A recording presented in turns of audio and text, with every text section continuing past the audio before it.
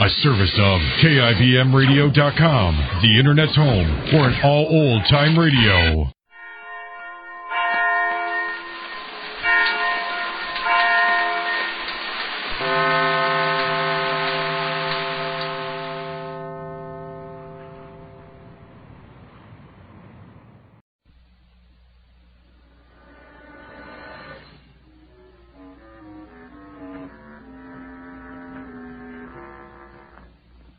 We bring you Creeps by Night.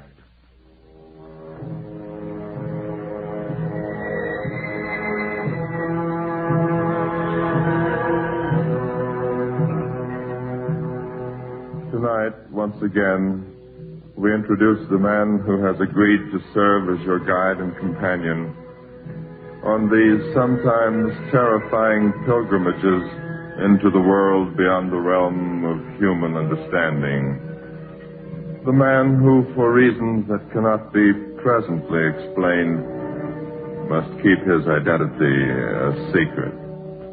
Creeps by Night brings you its anonymous master of mystery, Dr. X.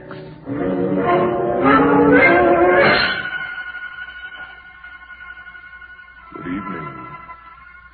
This is Dr. X, joining with you for further research into the shadowy darkness of the unexplored, the darkness of the human mind.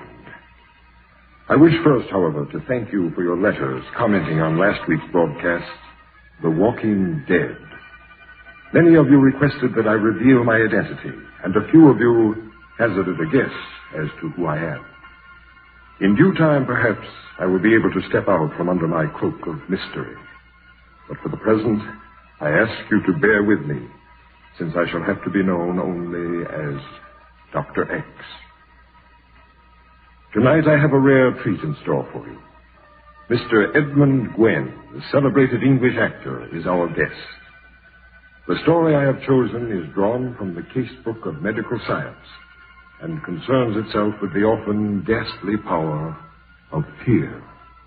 Yes, we are all slaves to fear in one form or another.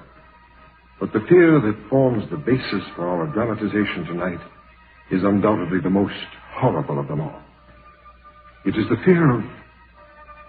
But wait. Let me draw aside the curtain and bring you Mr. Edmund Gwenn as Ramsey in The Strange Burial of Alexander Jordan.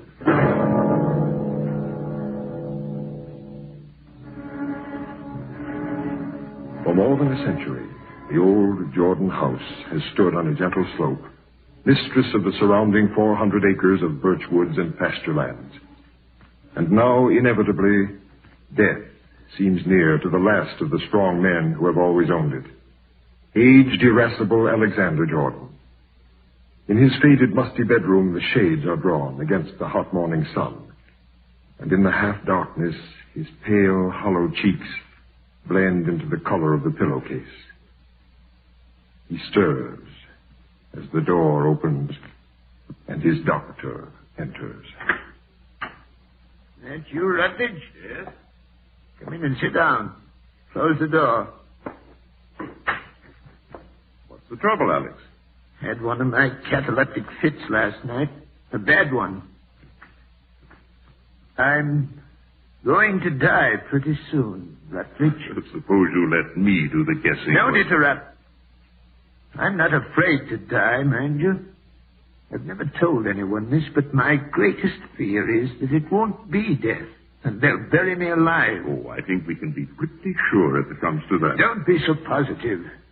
38 years ago, a young butcher who called himself a doctor pronounced me dead when I had a cataleptic fit. Near got me buried, too, if I hadn't come out of it on time. That was 38 years ago. Could happen again.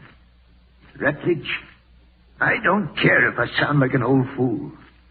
All my life, that scared me. The idea of somebody mistaking one of those fits for death. The only nightmares I ever have, I wake up in a coffin. I put my hands up and I feel the lid there. Sometimes it's wood, sometimes it's cold glass, but there's no room to turn around. I put my hands down and I can feel the silk lining.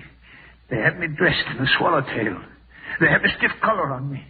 I reach up to tear it away. I can't breathe. I have to have air. Panic grips me. I try to shout, but no one can hear me. I beat on the coffin lid with my fists. I try to break the glass, but I can't do it. I haven't enough room. And pretty soon I know that I'm dying. Really dying. In the cold horror of the grave. Because somebody mistook one of my cataleptic fits for death. I don't want that to happen, Rutledge. And that's why I called you. Oh, you're just getting worked up over nothing, Alex. Listen to me. When the day comes and my nephew Ramsey or his wife Martha calls you, I want nobody but you to come, Rutledge. I don't want any other doctor to pronounce me dead. Is that clear? Don't worry. I want you to go over me very carefully. If you are absolutely satisfied that I'm dead, you can go ahead with the funeral. But I don't want my body embalmed. I don't want anything done to me except to put me in a coffin. I'm getting a lawyer here to write all this down this afternoon, Rutledge. But I wanted you to hear it, too. I want my coffin put in the vault down by the birch woods. That's why I built the vault right on this property, so that nobody would ever bury me underground. All right. It'll be done just as you say. Now, wait a minute. I'm finished. This is the most important part. I want a large brass bell placed on the wall over the bed where Ramsey and Martha sleep. I want wires connected from that bell to the vault. Electric wires. What for? I want a push button attached to the ends of those wires, and I want the button placed in my hands as I lie in the coffin, so that in case I'm not dead, in case I awaken, I can ring the bell and let them know. Well, I must say, Alex... I don't care what you say. I don't care what anyone says. That's the way I want it. All right, Alex. That's the way you'll get it. Yeah.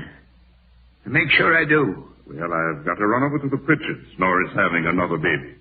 Taking that digitalis faithfully? Yeah. Foolishness. But I'm taking it. That's good. Goodbye, Alex. Get out and soak up some of that sunshine. I'll see you Thursday. Send Martha in. Alone. All right.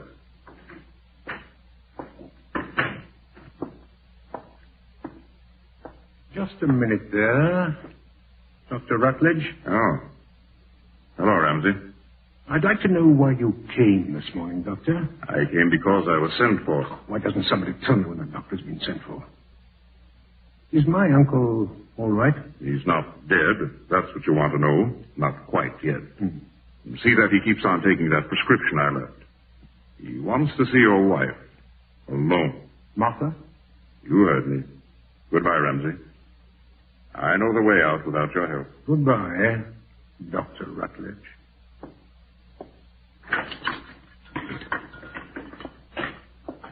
Martha, wipe your hands. He wants to see you. What did you say, dear? I said wipe your hands. He wants to see you. Is the doctor still in there? Is he all right? The doctor's gone. He wants you in there. Alone. Oh, for goodness sake. Now what? Just a minute.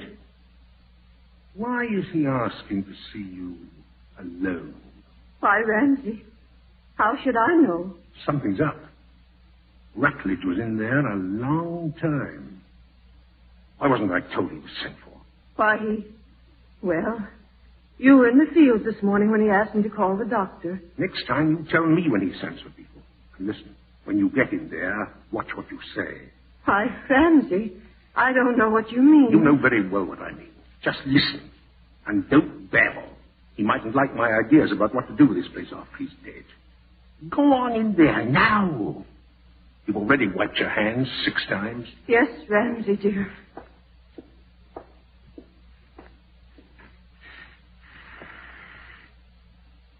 You want me, Uncle Alex?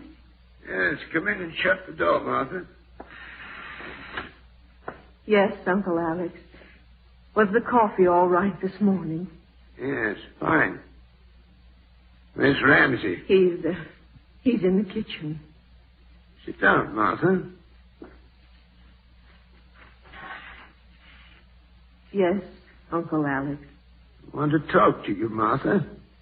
Lawyer Gaines will be here sometime this afternoon to fix up my will. Oh, Uncle Alex. Got a feeling my time is drawing near, Martha. And I just want to make sure that worthless nephew of mine doesn't get his hands on the Jordan place. Whatever made you marry him, Martha? Never mind. None of my business. But I could have told you he was no good. Never has been. I wouldn't trust him with the farm. He'd sell it before my body turned cold. But I trust you, Martha. Thank you, Uncle Alec. Yes, I've thought it all over. I'm going to leave the place to you. At least you'll have a roof over your head and some land you can call your own. You like it here, don't you? Oh, yes, I do. I'd be perfectly happy to stay here the rest of my life. Well, that's fine, because it's going to be yours, all of it. Oh, Uncle Alec, you make me want to cry. No, none of that. I'm sorry. There's one more thing, Martha. One important thing. Yes, Uncle Alec. I've given Dr. Rutledge some very careful instructions about my burial. Oh, please, Uncle Alec. Nothing to be afraid of, Martha. When it comes, it'll come, and that's all. Rutledge knows what to do. He'll tell you. And I want you to promise me that you'll follow the instructions. Yes, of course, Uncle Alec. On my word of honor. As God is my witness. Thank you, Martha. Well, by Jove, you've made me feel a good deal better knowing I have someone around I can trust. Matter of fact, I think I'll get up for supper tonight. Tell Ramsey to come in and help me dress after Lawyer Gaines leaves. Tell him I don't want him in here before then. Yes, Uncle Alec. And don't breathe a word about this to Ramsey. I won't. If you need anything, Uncle Alex, call me. Yes, I will. Oh, what did the old buzzard want? His lawyer's coming this afternoon. You're to go in and help him dress after the lawyer leaves. He's having supper at the table? Yes. Bring in one of the special hams. I'll bake it with pineapple. Did it take you 10 minutes in there to decide on baked ham with pineapple for supper? What we decided is none of your business. What do you mean, what you decided? I said it was none of your business.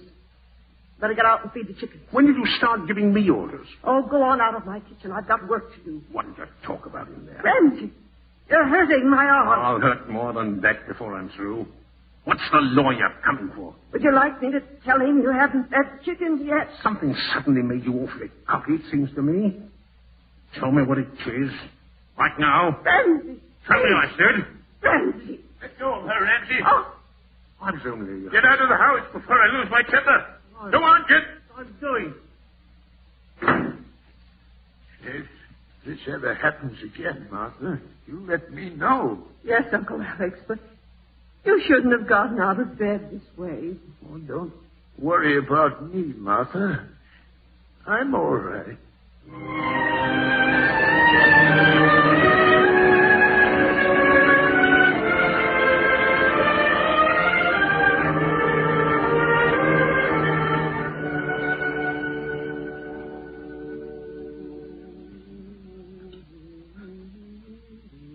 Bacon and eggs for his breakfast. And why not? Did you fix the fence post over on the west pasture? Never mind the fence post. Give me that tray. You tend to your own business. I'll take the tray into him.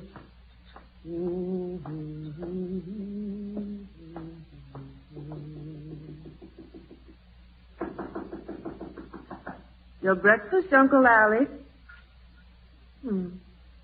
That's funny. Uncle Alec? Uncle Alex? Oh, my Lord. Ramsey! Oh, Dr. Rutledge! Ramsey!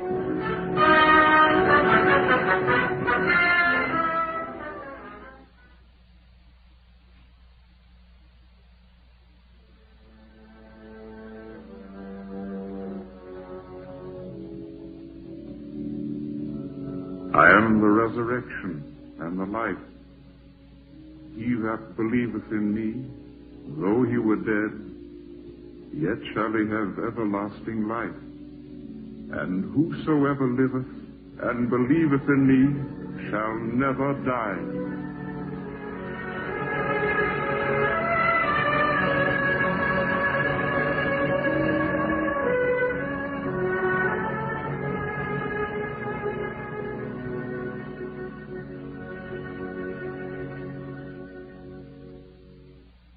What's the matter with Martha, Doctor? The funeral was evidently too much for her. I gave her a sedative and put her to bed upstairs. Where's the undertaker? Down at the vault with the electrician. They're waiting for you so they can close the coffin. Of all the stupid things, he's dead, isn't he? Yes, but we're observing his wishes to the letter. Brass bells and electric push buttons rot. Perhaps it is, but that's how he wanted it. And incidentally, as administrator of the estate, let me remind you that according to the terms of the will, either you or Martha must remain within earshot of that bell upstairs for 7 days. You understand that? Yes, to my life. I'm beholden to a woman. That. You could do worse, Ramsey. This is a nice place. I wish it were mine. If I had my way, you could buy it in a minute. Well, that's neither here nor there. See that Martha gets some rest. I left a bottle of medicine on the small table beside the bed. She's to take it according to directions if she has trouble sleeping. Good Lord, what's that? Her uncle wanted a bell loud enough to be heard. He certainly got it. Doctor. He's the undertaker or the electrician at the crypt touched the push button. Nancy! Nancy! Good Lord, I forgot. The bell hung right above the bed where she was asleep. Come on. Oh, Nancy! Dr. Rutledge, the bell. Oh, it doesn't mean anything, Martha. Don't be frightened. Oh, thank goodness. I was asleep. It hit me like a blow when it rang. For a moment, I couldn't even move. I felt paralyzed like in a dream. There, that's all right. Go on back to bed. You fall asleep again with the stuff I gave you. The bell won't ring anymore. I'll go right on down to the vault and see if the coffin is closed. Get her back into bed, Ramsey, and let her have another teaspoonful of that medicine tonight. You just get over to the vault and stop there monkeying. I'll tend to her. See that you do. And remember, don't leave this place for 7 days.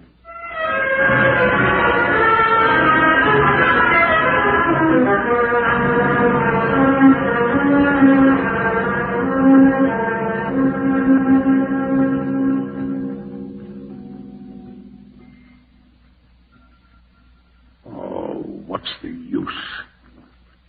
Is it morning, Ramsey? No.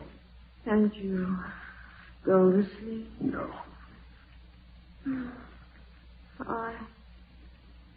I'm... Sure, you've got things your own way. Go on, sleep. Don't mind me. I'm just a hired man around here, just a hired man.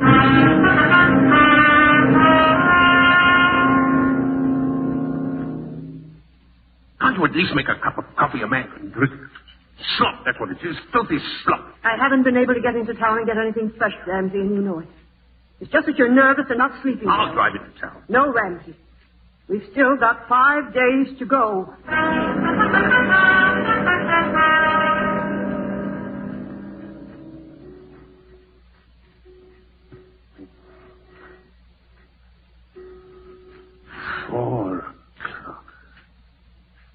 Why can't I sleep? Why? 3 nights of it now. 3 nights with that bell hanging over my head. Oh. Martha, you asleep? It must be that stuff Rutledge gave her. I'll take some. I can't stand it any longer.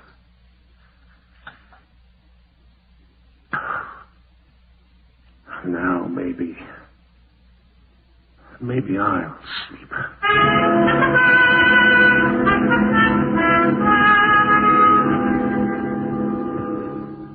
I tell you, Martha, there's only one thing to do with the place. Sell it. You're wasting your time, Ramsey. I will not sell it. I'm not getting any younger. I want a roof over my head. That's what Uncle Alex intended. But now's the time to sell for it. We can get a good price. To begin with, Ramsey, it doesn't even belong to me. Well, it will in 2 more days, won't it? Yes. If that bell doesn't ring.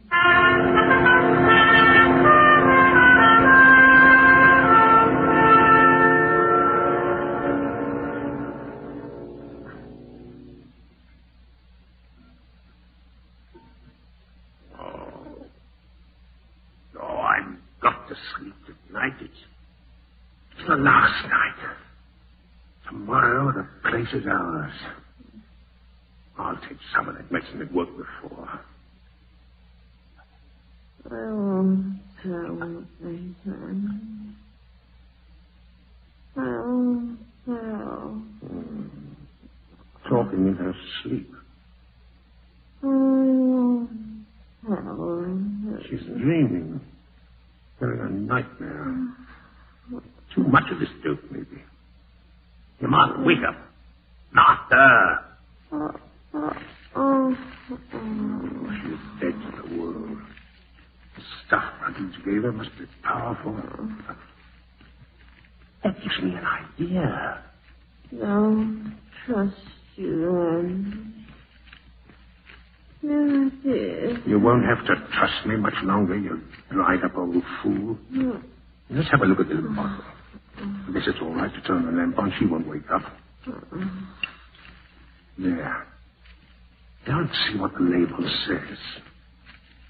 Maximum dose, 1 teaspoonful every 12 hours. Caution. Overdosing may be fatal. Overdosing may be fatal, eh? So that you're late. We'll see about that.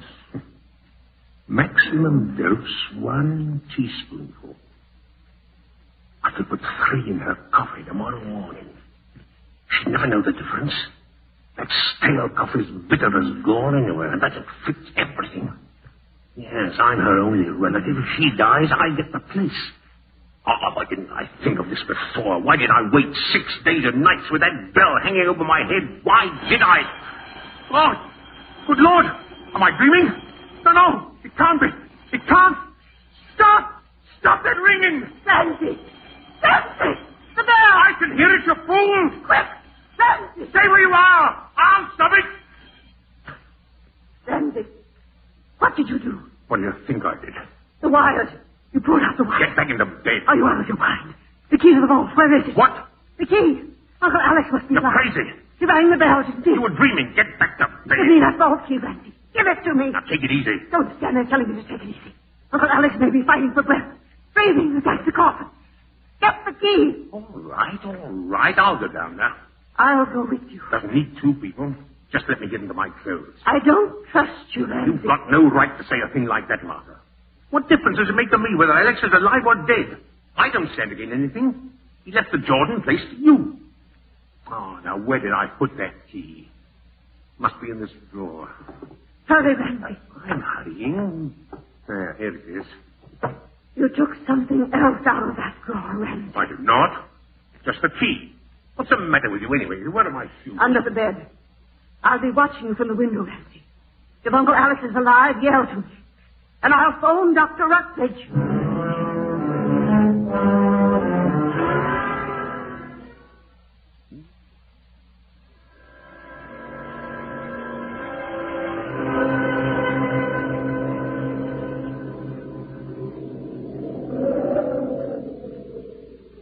There's a storm coming up. That wind's from the east. Now, let's see if this key fits. Fits all right, but it won't turn. Ah, there we are.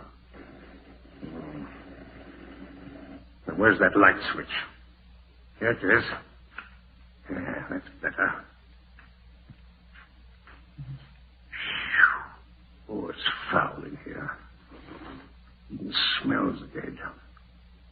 There's the coffin. Hope they didn't screw down the lid. No, it comes right up. Yeah. He hasn't moved. He's dead. Yes, just the way he was when they put him in there. With his hands folded over the bell buckle. He didn't ring that bell. Who did? Oh, now I know. The storm.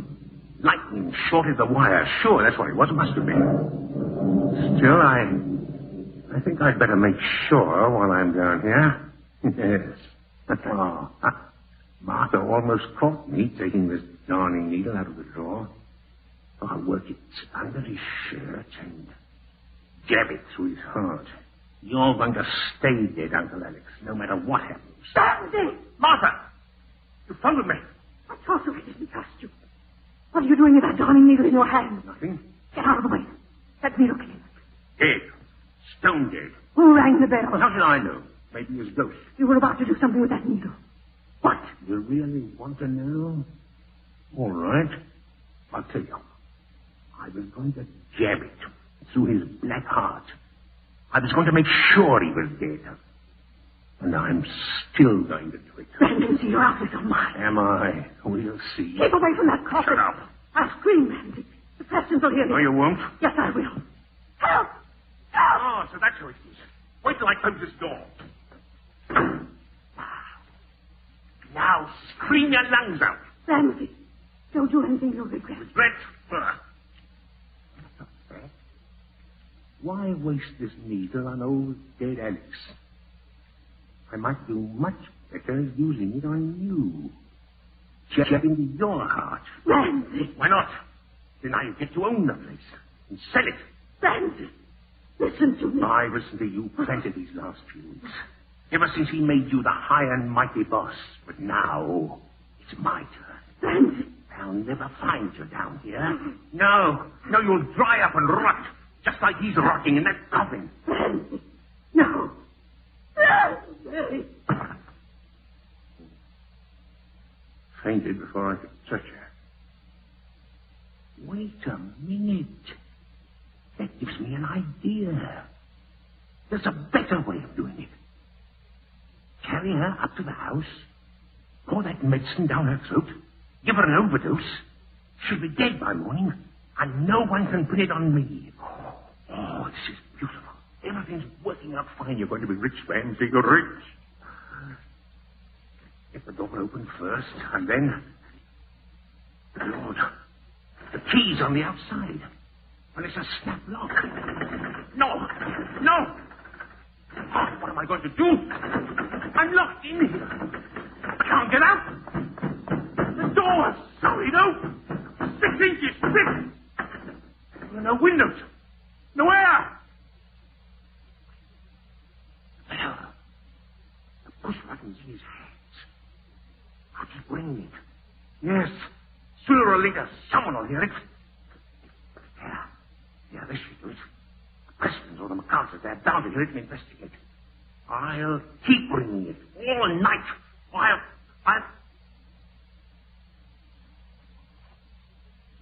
Oh, no, wires. Wires in the bedroom. I ripped them out.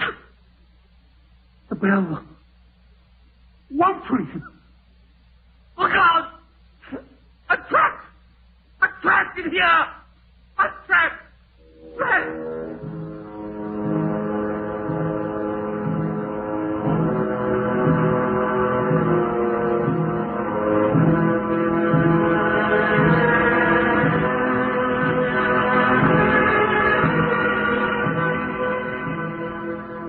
That was The Strange Burial of Alexander Jordan, starring Mr. Edmund Gwen. For our next exploration into the darkness of the human mind, I have invited the celebrated exponent of the Mysterioso, Peter Laura, to be our guest. So join with us when once again we raise the shadowy curtain of the unknown and look deep into the souls of men. Until then, this is your master of mystery, Dr. X, leaving you with Creeps by Night.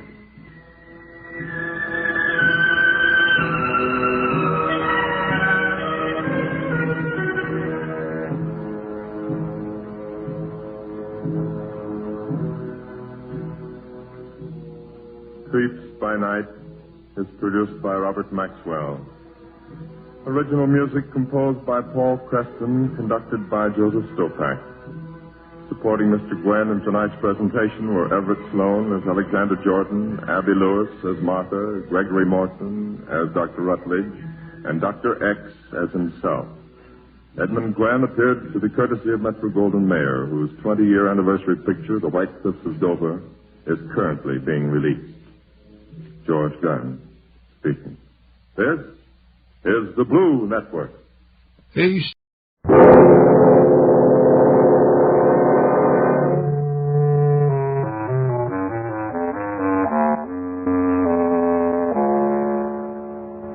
We by Night.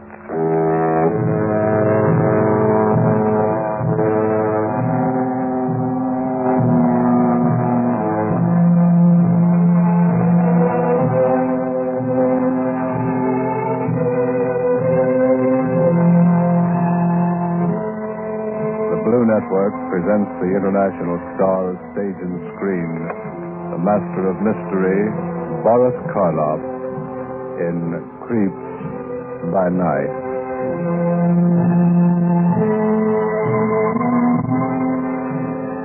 How do you do? This is Boris Karloff inviting you to join with us for another dramatic exploration into the unknown darkness of the human mind.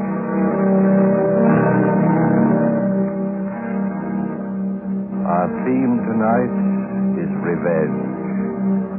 We have chosen for you a story that plumbs the very depths of one of man's primary emotions, the eternal seeking of an eye for an eye and a tooth for a tooth. This is the story of a man who waited 20 long and heartbreaking years before the opportunity came to seek vengeance.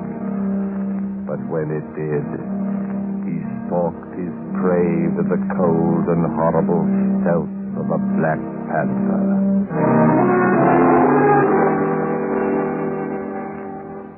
Creeps by Night presents Boris Karloff as George Miller in The Final Reckoning.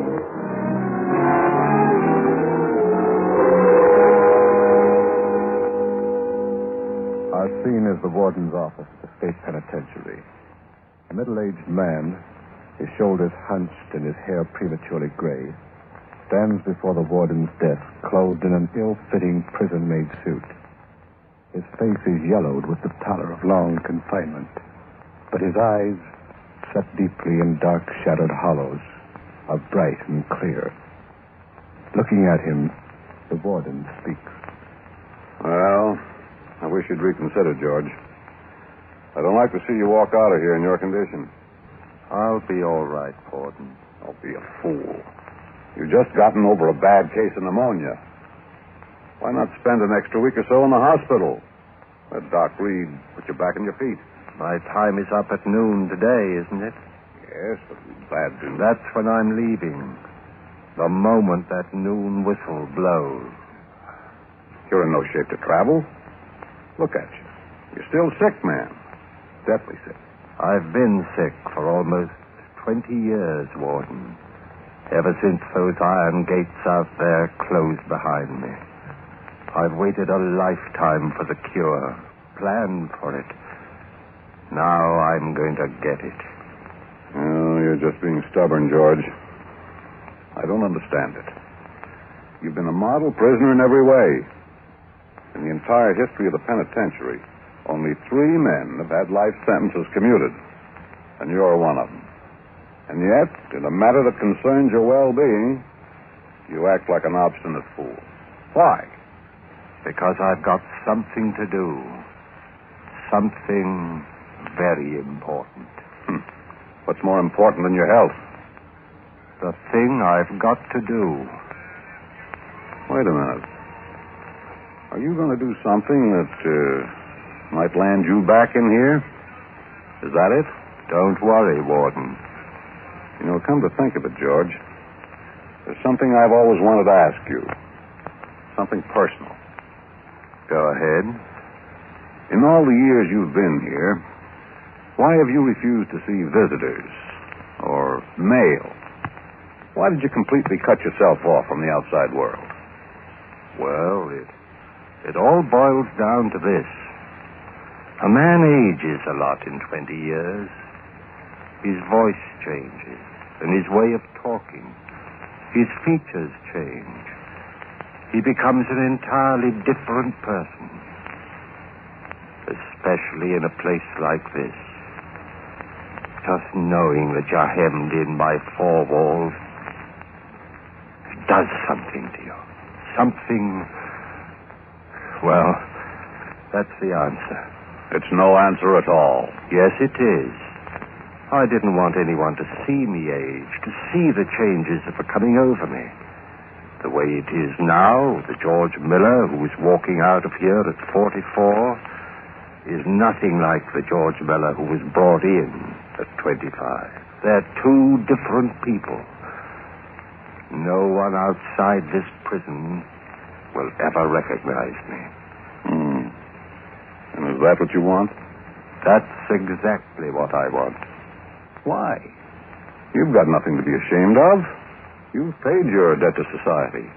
There's another debt I have to pay to myself. It's been owing for a long time. I don't like the way you're talking, George. What's behind all this? 20 years, Warden. The best part of my life. A minute ago, you asked me to look at myself. I don't have to look. I can feel it down inside. I'm an old man. An old man at 44. Self-pity is a bad thing, George. I'm not pitying myself. I'm thinking about what brought me here. You've got the record right there in front of you. I said I was innocent then, and it still holds. I'm innocent now. That's a closed book. Why not let it stay closed? Because there's an unfinished chapter still to be written. Remember, you haven't served your full term. You'll be on probation for 5 years. I'll remember. I've had a long time to think it over. Incidentally, while we're at it, there's one more thing that's been puzzling me. You'd better hurry. It's almost noon. 6 months ago, when it seemed pretty certain that your commutation was coming through, you made a strange request.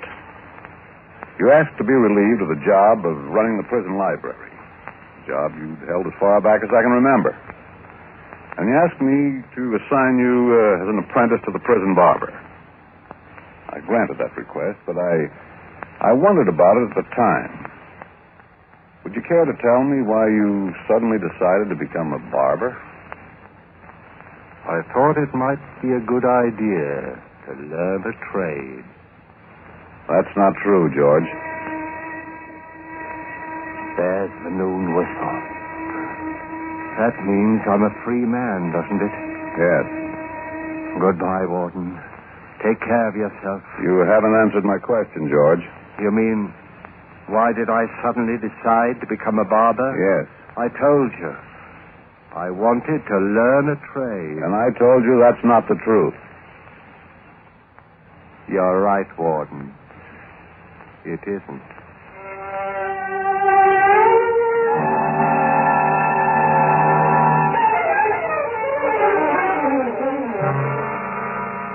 I hear George Miller's out. No kidding. Yeah, got his sentence commuted. Did they so? If he does, he better start moving.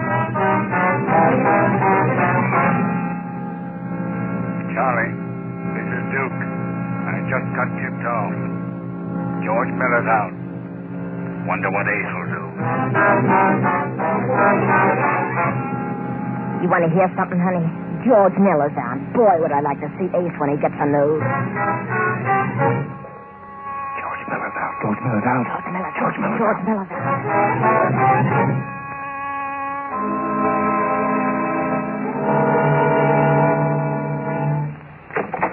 Well, what'd you learn? It's true, Ace. They commuted his sentence. He got out yesterday. What did I tell you?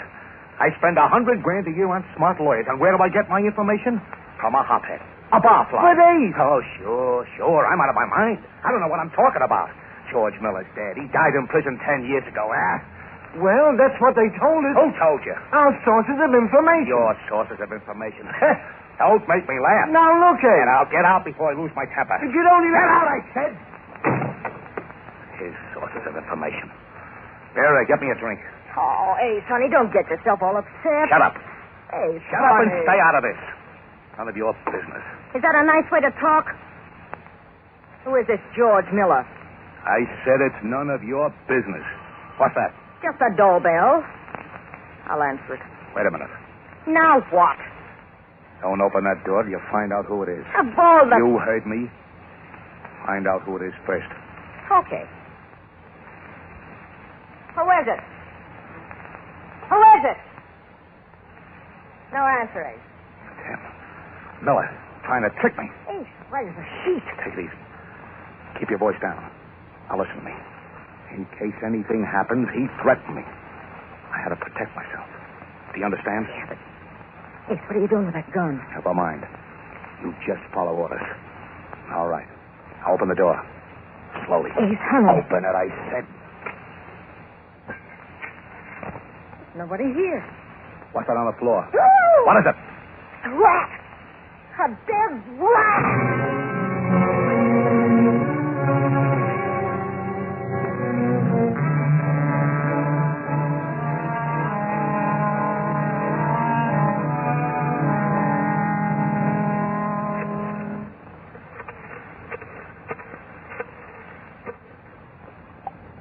Hello? Benny, this is Duke. You hear about Ace? Yeah, somebody left a dead rat outside his door. No, that was yesterday.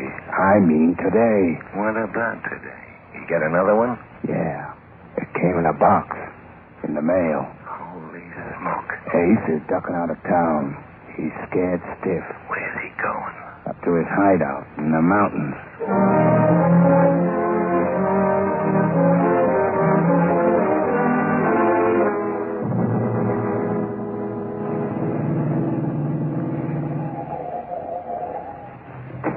All right, take the car around to the back, Chuck. Okay, boss. What about the bags, Ace? Chuck will bring them. Come on. How long have you had this place in the mountains, Ace? Oh, a couple of years.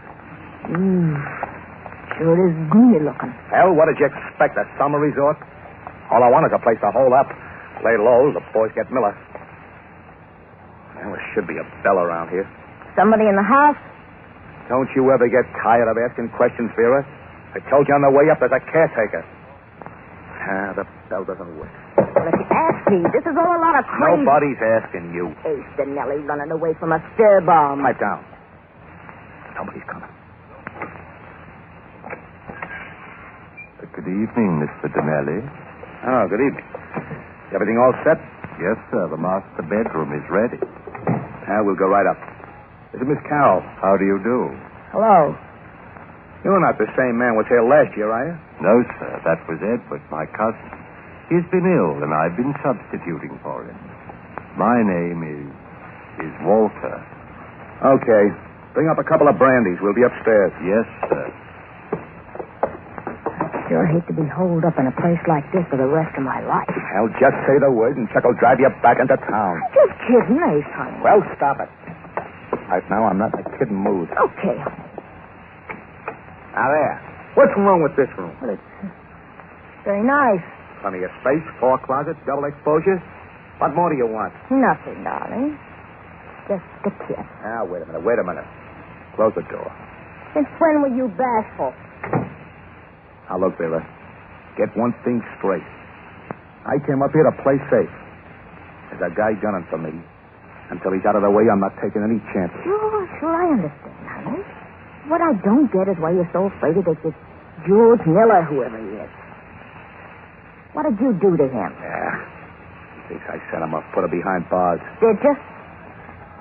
You know, one of these days, Vera, you're going to ask the wrong question. I know. It's none of my business. That's the ticket. Did you tell me one thing, Ace? What? Those dead rats. The one we found outside the apartment door, and the one that came by parcel post in that little wooden coffin. What do they mean? What do you think they mean? I don't know. Got something to do with George Miller. Yeah, well, you guessed right. Miller's trying to get me jittery. He knows I've got a bad heart. Explaining these things to tell me he thinks I'm a rat. A dead one if he has anything to do with it. Ace, honey. Now, don't worry. I'm safe up here. The boys will get Miller. Yeah? It's Walter, sir, with your brandy. Okay, come in. Just put the tray down on the table. Yes, sir. Will that be all, sir? I guess so. What about our luggage, Ace? Oh, yes. Did my man bring the bags up? Yes, sir. They're in the hallway, sir. Well, bring them in, will you? Yes, sir. Soda or water, Ace? Yeah, I'll take it straight. Where shall I put the bags, sir? Oh, just set them down any place. Yes, sir. Will that be all, sir? Yeah. And don't forget to lock up. I won't, sir. Good night. Night. Night. Oh, that yes and no to routine is going to drive me nuts. Talks like one of those fancy movie butlers. Looks like a zombie. Here's your drink, honey. How about you? Now, I better get the bags unpacked first. All the stuff will be wrinkled. Well, here's how. I needed that drink. Now, maybe I can relax. Sit down and take it easy, honey. You know, it's not going to be so bad staying up here for a week or two. Hey, how do you open this bag, Ace? Which one? Yours. Black leather. Oh, there's a little gadget on the lock. Just press it and it snaps open. You got it? Uh-huh. And we'll get a good rest. What's the matter? Look! The bag. What? Another dead rat.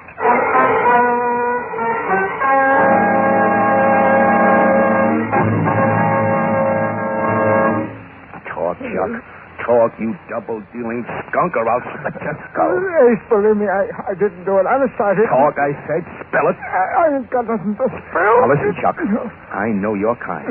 I know them from way back. You'd sell your mother for cash on the line. George Miller got to you. He paid you to slip that dead rat into my suitcase. Get out. I don't trust anybody. You're all a bunch of blood-sucking double-crossers. Boy. You heard me. You'd like to see me dead, wouldn't you? Ace, you're out of your mind. Now, get out, both of you. No. Get out, I said. Get out of the house and stay out.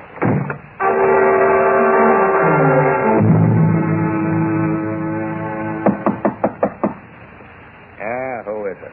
It's Walter, sir, with your brandy. Oh, bring it in.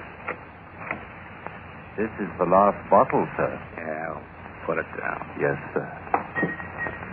Will that be all, sir? Yeah, that's all.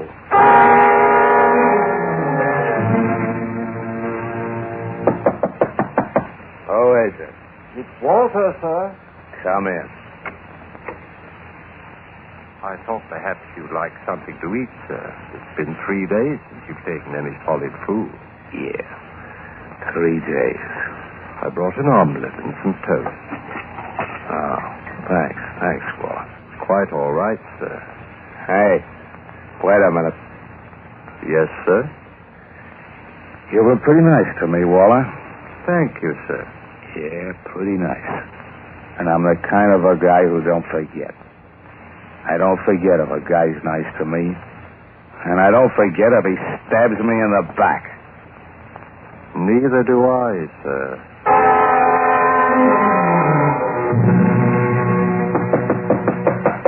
Come in. I'm sorry to disturb you, sir. It's all right, it's all right. Come on in and close the door. Yes, sir. What do you got there, Waller? Well, I thought now that you're feeling a little better, sir, that perhaps you'd like to be shaved. Been almost a week, you know. Don't tell me you're a barber, too. I have been a barber, sir. Well, I could use a shave, I guess, all right. If I may say so, sir, I think you'll find it very refreshing. Okay, go ahead. Where do you want me? The chair you're sitting in will be all right, sir. I'll get some warm water in the bathroom. You know, Waller, I've been thinking. When I go back into town, I'm going to take you with me. Yeah, I could use a man like you. That's very kind of you, sir. I like people like you around me. People who don't ask questions or get in your hair. Take care of what you're supposed to, and that's the end of it. I try to keep my place, sir. You got the right idea. And what'll I do, lean back? In just a moment, sir. I'll have to fasten the strop to the back of the chair. I want the razor good and sharp.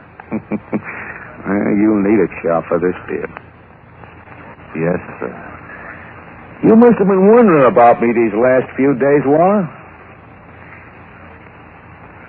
No, sir. Not particularly. You mean you wouldn't like to know why I've been hiding out here in the mountains? Sure, you must have a good reason, sir. Yeah, you can say that again. Someone's gunning for me. Gunning for you? Somebody trying to get me. Guy named Miller. George Miller. The name sounds familiar. He got a life sentence for murder, like 20 years ago. Yeah, there's quite a story on it in the papers. He killed a girl. Did he? That's what the jury thought. He gave him first degree with a recommendation for mercy. That saved him from the chair. What did you think? What did I think about what? Lean back, sir. I'm almost ready for you. Hey, isn't that razor sharp enough yet? Not quite. I haven't used it in some time. What did you think about George Miller's conviction, sir? Yeah, what's the difference what I thought? The jury cooked his goose. Did they? Yep. Oh, come on. Well, if you're going to shave me, get to it. I'm ready now. Lean back, sir. I'll soap you up. Okay. I assume this George Miller is out of prison now. Yeah. Got a commutation. Hey, you sure you don't need a lawnmower to get this beard off? I can do very well with a razor, sir. You know, I'm going to feel like a new man when you get through. Yes? A completely new man. You're a funny guy, Waller. You talk like a college professor. I've had a lot of time to read and study in the past 20 years. A lot of time. Yeah? That's enough soap. Now just relax, sir.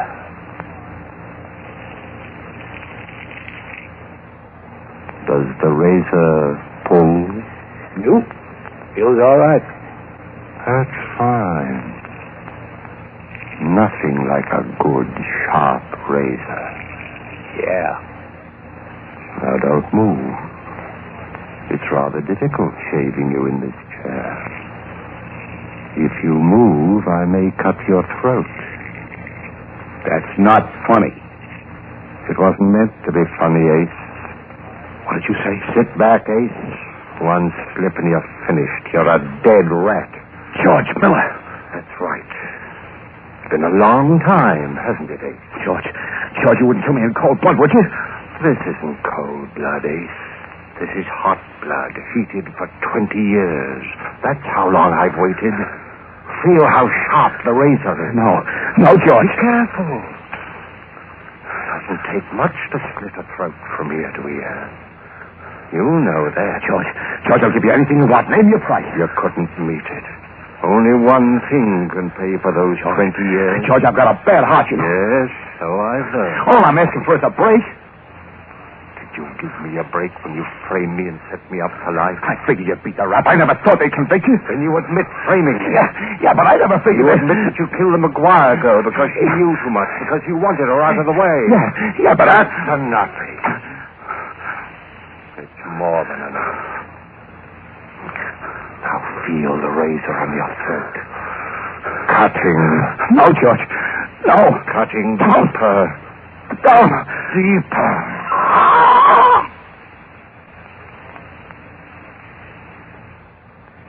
You said you'd be a new man when this was over. But you're wrong, Ace. You're only a dead rat. Who is it? It's Vera, Ace. I've come back.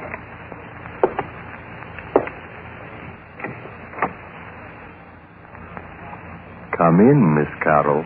Oh, hello, Walter. Is Mr. Dinelli... Oh, there he is. You're shaving. Ace, darling. I couldn't stand being away from you. I had to come back. I couldn't... Walter, what's the matter with him?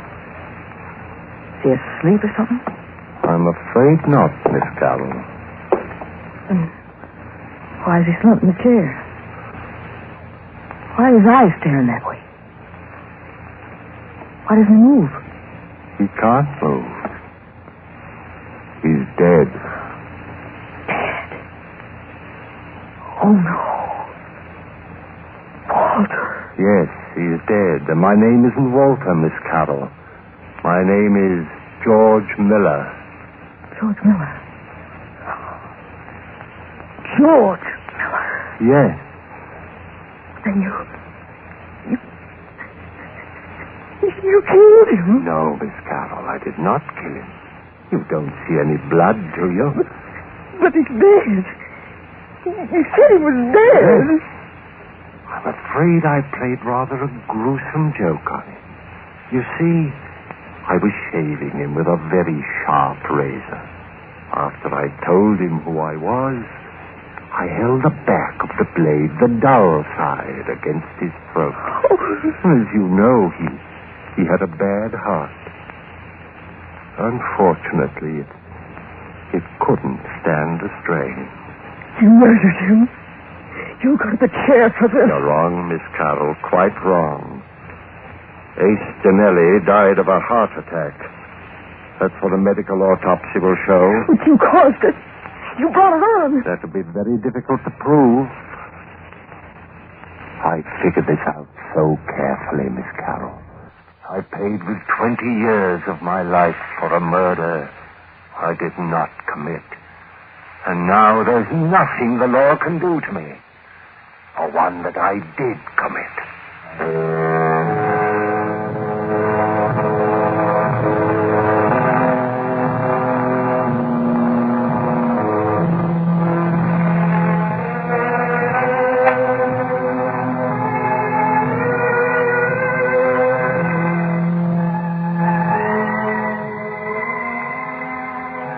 By Night have just brought you Boris Karloff in The Final Reckoning.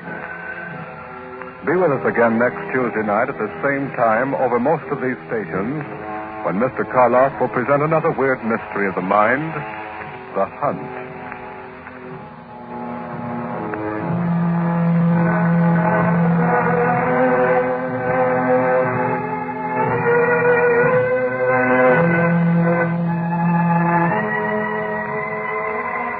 By Night is directed by Dave Drummond. Original music is composed and conducted by Al Sachs. The entire production is under the supervision of Robert Maxwell. This is the Blue Network.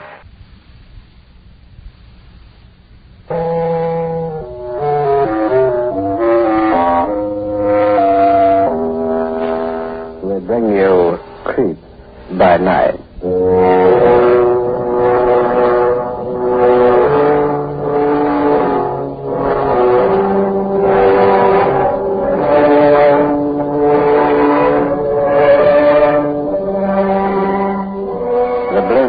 Presents the international star of stage and screen, the mastery of mystery, Boris Karloff in Creeps by Night.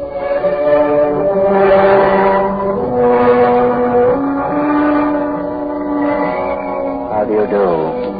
This is Boris Karloff joining with you once again for another exploration into the unknown darkness of the human mind. Tonight, our story illustrates in terrifying terms the oft-repeated theme of this program.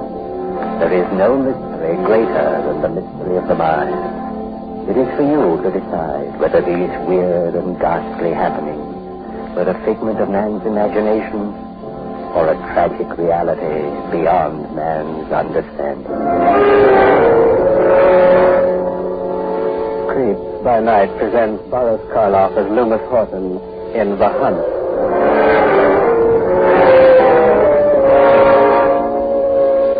Our scene is the Horton farm, 50 acres of rich grazing pasture almost on the edge of the Louisiana bayous, the legendary swampland that for centuries was the spawning ground of black magic and voodoo. The night is warm and dark, its heavy silence broken only by the hum of insects, the chirping of crickets, and the occasional deep-throated croak of a bullfrog off in the swamp. Suddenly, the shadowed outline of a human figure appears at the edge of a cypress grove behind the weather-beaten Horton house, and a soft, whistled signal rides the still night air.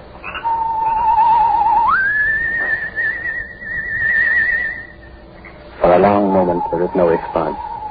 Then, A door at the rear of the house opens quietly, and a girl crosses to the cypress grove, her eyes searching the darkness. Yes? Right here, Julie. Jeff, you shouldn't have come. He's in one of his black moods tonight. I gotta go right back in. He'll kill me if he finds me here. He won't kill nobody.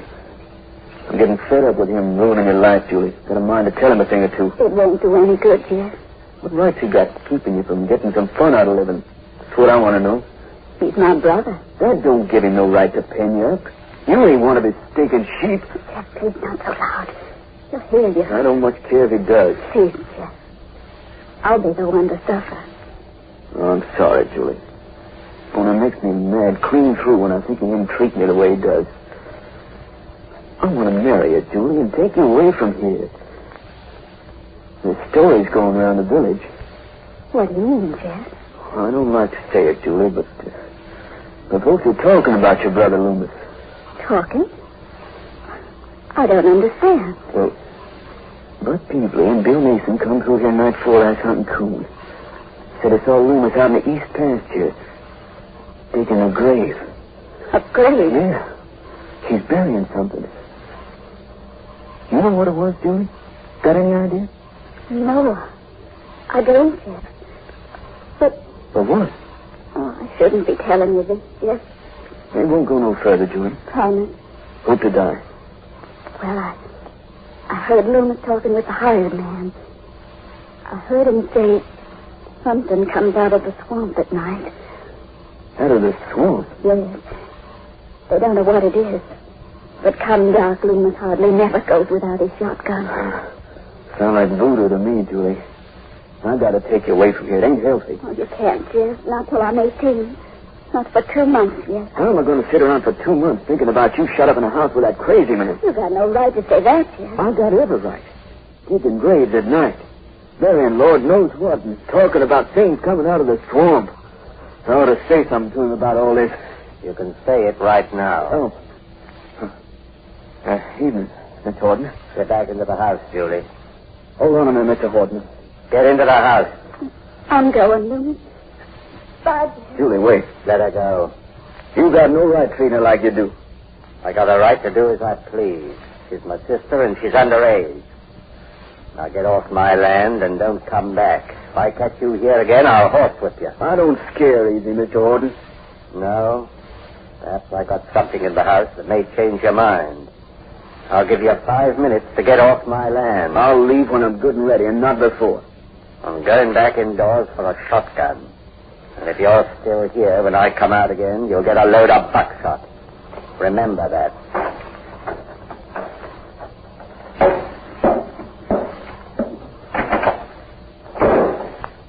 Dirty low-down skunk.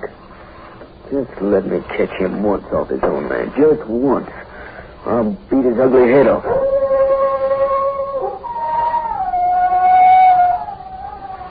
What's that? Sounds like a wolf. Only there ain't no wolves out here. No. There ain't a wolf crowd. Something else. Come closer. Looking through the cypress grove. I wonder what it is. Maybe I better...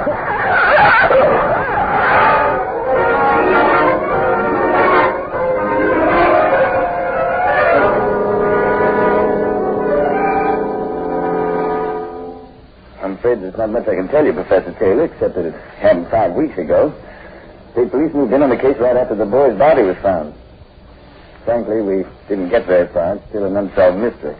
I see. You know, of course, why I'm here, Sergeant.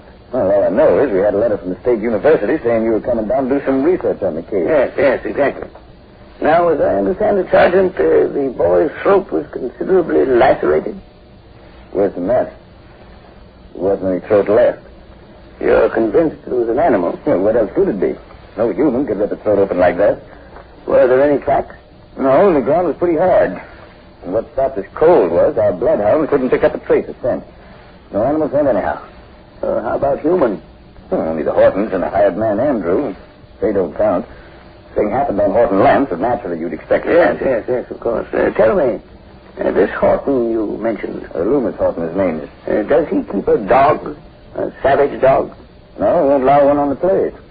We investigated the dog angle, but there isn't one like that in the whole parish. Curious. Very curious. Where is the Horton farm located, Sergeant? About 7 miles out of town. County road. Did the boy live or work there? No. According to Horton's story, Jeff Tuttle was calling on young Julie. She's Horton's sister.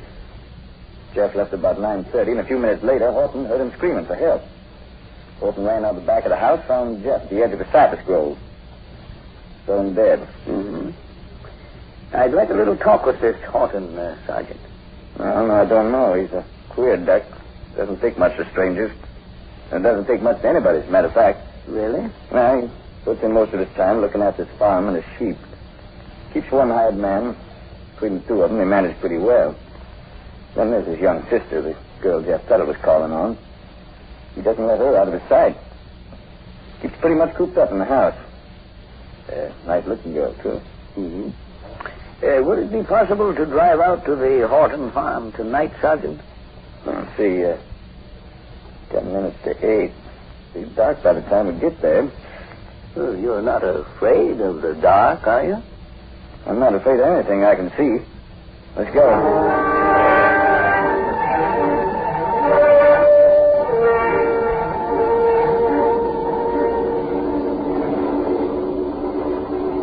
Is it much farther, Sergeant? About a mile. Professor, look at that. Look at what? There, crossing the road. Is that a dog? Good grief. Speed up, Sergeant. Hurry before it's gone. Look how its eyes gleam in our headlights. Like yellow fire. That's a dog. It's the biggest one I ever saw. I'm afraid it's no dog, Sergeant. Quick, swing to the left. Keep your lights on it. You notice anything? Starting around, heading for the cypress grove. Yes, but notice the color, that peculiar gray. It's gone. And the fangs, the pointed ears, the way it moved. Didn't it remind you of a wolf?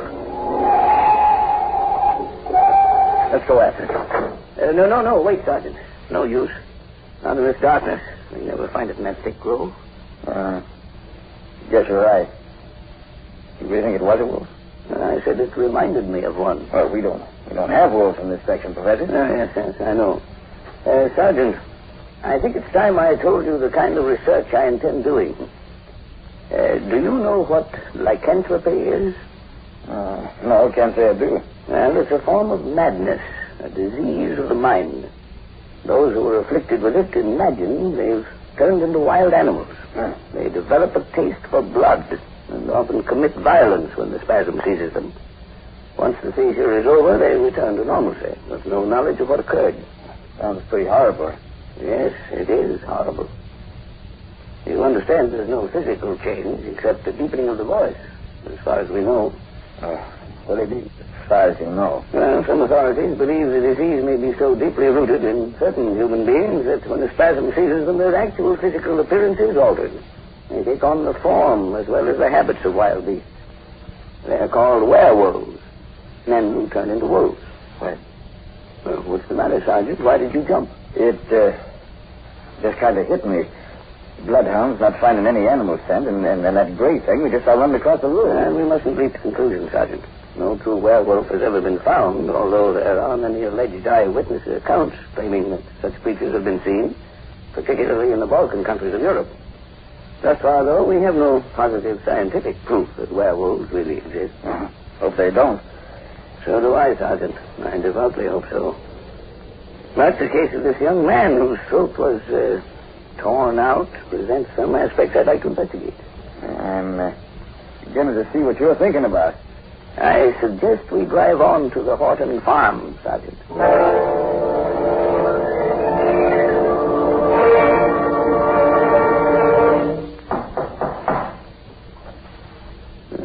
Doesn't seem to be anyone home. The light upstairs, out in the parlor. Seldom goes out at night. How old a man would you say he is? 45, 6. Somebody's coming. Yes? Who is it? Sergeant Moran, State Police. Just a moment. Sounds about right. Don't be scared when you see him, Professor. He's not too pretty to look at. Sorry to disturb you, Mr. Horton, but... What do you want? This is Professor Taylor of State University. I'm pleased to meet you, Mr. Horton. Yes? What is it? May we come in? How is that going to bed? We'll Be just a few minutes. After you, Professor. Thank you. Professor Taylor came down from the university to do a little investigating on Jeff Tuttle's case, Mr. Horton. I'd like to ask you a few questions. Sick and tired of answering questions. I've told you all I know. What more do you want? And you can explain it better than I can, Professor. Go ahead. Yes, of course. Well, you see, Mr. Horton, my investigation is purely scientific. It has nothing whatsoever to do with the police. No? I'm merely trying to determine whether the brutal attack on the young man was made by a human or an animal. Or perhaps a combination of both. I don't know what you're talking about. You've heard of werewolves, haven't you, Mr. Horton? No, and I'm not interested. I told you I've had enough of questions. Hasn't a man a right to a little privacy? Well, there's no need to get sore about it, Horton. I don't like being questioned. I don't like to have people barging in on me at all hours of the night. This is my house, and I go to live in it the way I see fit, which means without uninvited visitors. Of course, Mr. Horton. It isn't my intention. And another thing. I own the property from the county road to the bayou and north to Kurt Schultz's pasture. If you took the time to notice, the land's posted. Now, this is a warning. The next person, man, woman, or child who sets foot on my land is going to get a load of buckshot. Is that clear? You're in bad humor tonight, Horton. Never mind my bad humor. Get out. Both of you. Get out and stay out. Lothar, what's the matter? Why are you shouting? Julie, what are you doing in the kitchen? Didn't I tell you to stay up in your room? But, Lewis, Don't you dare come down that weird stairway with my back turned. I just wanted to find out if you'd asked Andrew about my lambs. How many were killed? Get upstairs to your room out. Go and Loomis, don't be angry. I presume that was your sister, Mr. Horton? Lovely girl. Good night, gentlemen. Get off my property and don't come back unless you're invited. I'm sorry, Professor. Looks like we're being asked to leave. Oh, it's quite all right. Thank you anyway, Mr. Horton. Perhaps some other evening you'll grant me a few minutes of your time. Now you know what sort of a job we had with him. I must say he isn't very sociable. Watch the steps. They're not too solid. Oh, yeah. His sister doesn't resemble him in the least. Oh, she's rather pretty. You hear how he screamed at her? Yes. Poor child. Might as well head back to town, I guess. Horton didn't rise to your bait when you mentioned werewolves, so looks like a hunt will be the next best thing. A hunt, Sergeant? Yeah. Get a bunch of men together and beat the cypress groves for that animal we saw crossing the road. Might even risk going into the swamp. Wolf or whatever it is, I won't be satisfied till it's killed. I'm afraid I feel the same way, Sergeant. But before you organize a hunt, I wonder if it's safe to do a little snooping around here first. What do you mean? Something the girl said disturbed me. Something about lambs being killed. That's right. She did say she wanted to know if Horton's hired man had told him how many of the lambs were killed. Yes, and that may be significant. Werewolves are supposedly fond of slaughtering sheep. Do you think we might talk with the hired man? Chances are he's over in the barn. He's got a room there built out of a horse stall. You can take a look. It might be a good idea. It's over this way. Keep an eye out for Horton. He may come gunning for us. I don't trust him. I wouldn't be too concerned. Men who rant and roar are rarely dangerous. Wait a minute, Professor. Hold up. What is it? Somebody's hiding behind that bush on your left. All right. Come up with your hands up or I'll shoot. Watch it, Sergeant. Put on your flash on him, Professor. Yes, certainly. There. What? Andrew. The hired man. I ain't doing nothing. Oh, I ain't. Why were you hiding behind that bush? I got scared. I heard voices in the gravel. What were you doing out here? Burying the sheep and the lambs. What was that? Since when do you bury sheep and lambs? Oh, these got to be. Mr. Horton said so. They run afoul of the critter. What critter? Only the Lord knows. We got strange goings on round here. Mighty strange. Always said 'twas too close to the bayou. Tain't healthy. Them swamps is full of things. Where are you burying the sheep, Andrew? Well, over there. Put them in the truck garden, Mr. Horton said. Good and deep. Let's have a look at them, Sergeant. All right. See? There they are. 4 ewes and 2 of Miss Julie's baby lambs. All with their throats torn out. Yeah. It's the critter from the swamp. Same one got Jeff Tuttle. When did this happen, Andrew? The lambs got took night before last. We lost 3 ewes on Sunday and 1 last night. Has it ever happened before? Been going on most 2 years. Not regular, though. 4 months will go by and the critter don't show up. Took a shot at him once, I did. When was this? Last spring. Seen him behind the pump house. But that scared me half to death.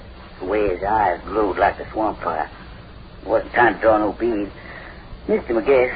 What did he look like, Andrew? Couldn't tell. Too dark. All I seen was his eyes glowing yellow. Might have been a sheep-killing collie, though. One of them wild ones. I very much doubt it. You're thinking of what we saw on the road tonight, Professor? That animal, whatever it was. Yes, if it was an animal. Why'd you say that? Just look at these dead sheep.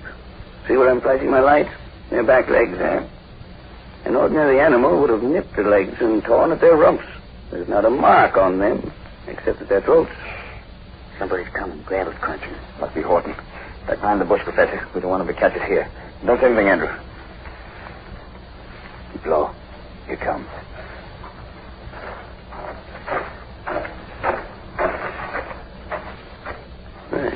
Passed right on by the bush.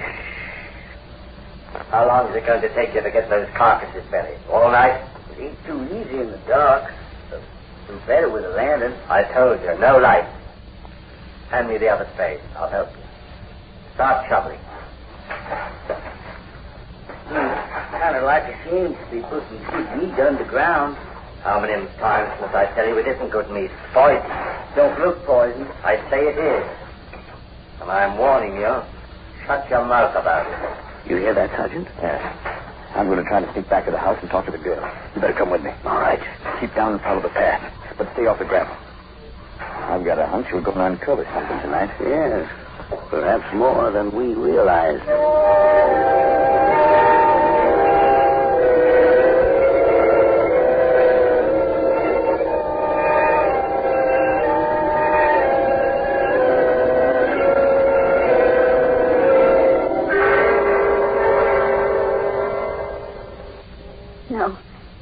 No, I'm afraid.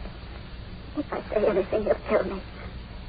You'd better go. Don't let him find you here. Now, don't worry about us, Julie. We want to help you. Why does your brother keep you locked in the house? He says it's for my own good. But that's not true. I know why he does it. Why?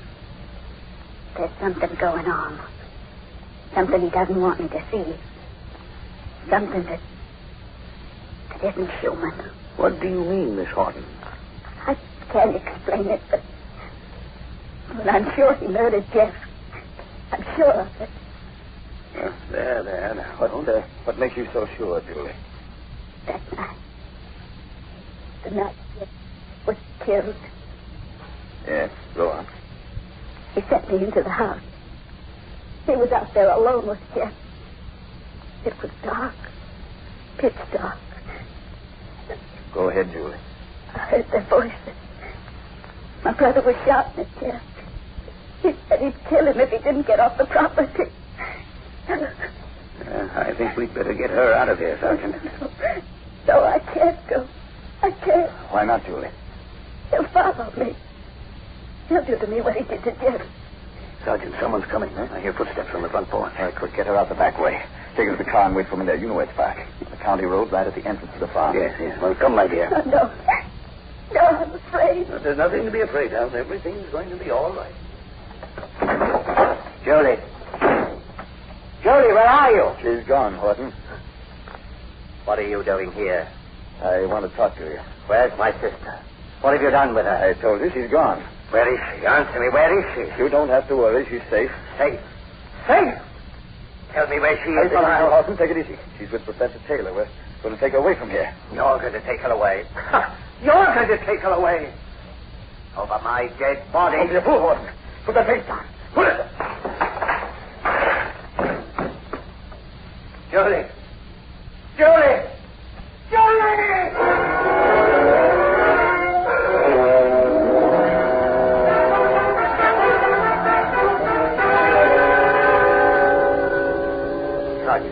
Sergeant, wake up. You've got to wake up. Terrible things are happening. Sergeant. Please wake up. I hit it, I tell you. I hit the critter. It's come from the swamp again. Oh, what happened? Sergeant, it's me, Andrew. We gotta go after it. After what? The critter. I hit it, howling for blood. Where? Where'd you hear? Out near the county road. Good Lord. Help me up. Hurry.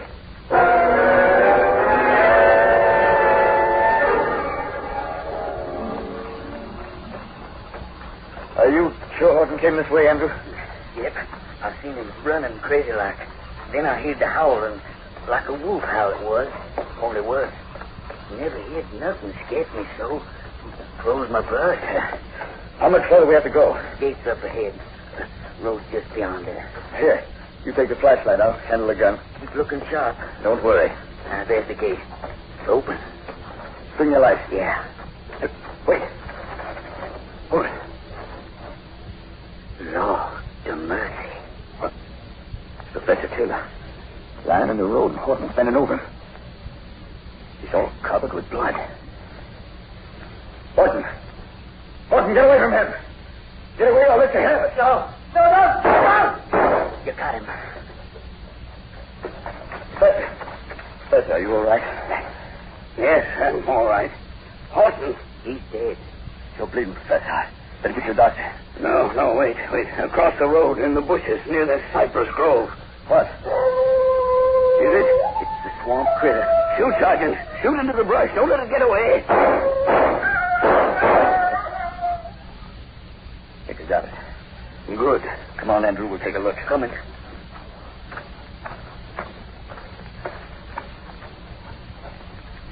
Flash your light. There. In the bushes. Lord of mercy. What is it? It's an animal. With a human face. Must be a werewolf. Dead, ain't it? Shot through the head. Yes. Come on back.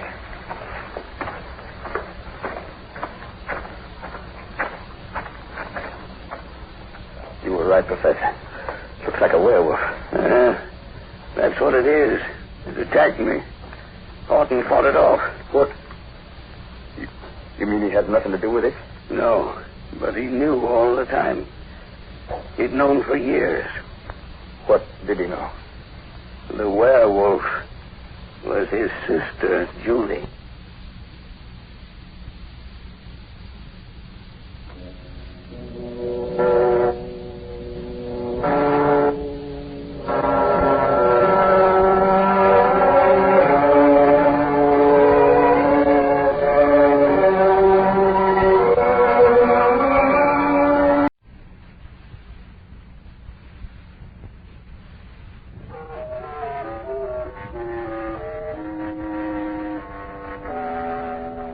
We bring you Creeps by Night.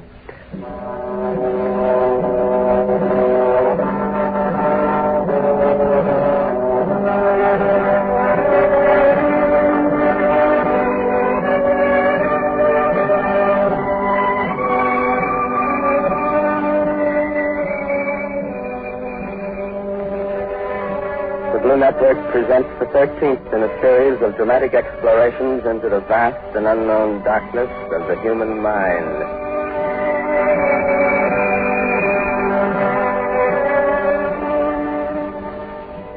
Tonight, in the absence of Boris Karloff, who has been your host on this program of mystery, we take the opportunity to introduce the man who henceforth will serve as your guide and companion along the dark and often terrifying pathway of the unexplored. He will come to you only as a voice, since for reasons best known to himself he prefers to remain anonymous. He stands before me now, ready to lead you into the dim and distant world beyond the realm of human understanding. Creeps by Night presents its master of mystery, Dr. X.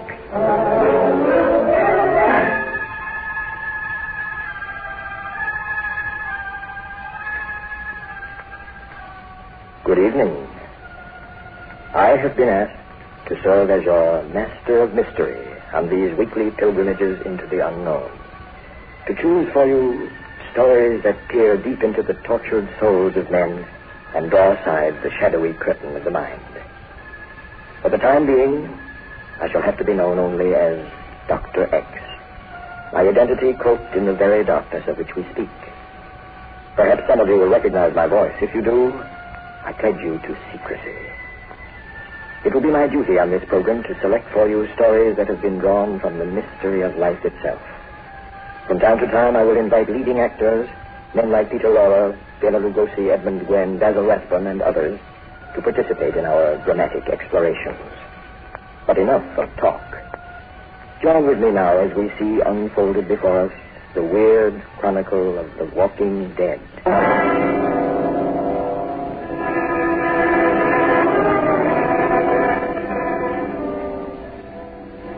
Let me take you to the Black Island of Haiti, deep in the Caribbean, to a coffee plantation some 40 miles from the city of Port-au-Prince. It is long after dark, and the night is hot and sultry, deadly quiet, save for the rhythmic beating of native drums off in the distance. At long intervals, a human voice cries out, rising above the drums like the dismal wailing of a lost soul. On the porch of a cottage adjoining the plantation office, a man stares out into the darkness, obviously waiting for something. Suddenly a car swings into the open gate, its headlights blazing. It pulls up before the cottage, and a gray-haired man carrying a black bag steps out. He mounts the steps, and the man waiting on the porch greets him. Dr. Nelson? Yes. I'm Walter Craig, manager of the plantation. Glad to know you, Mr. Craig.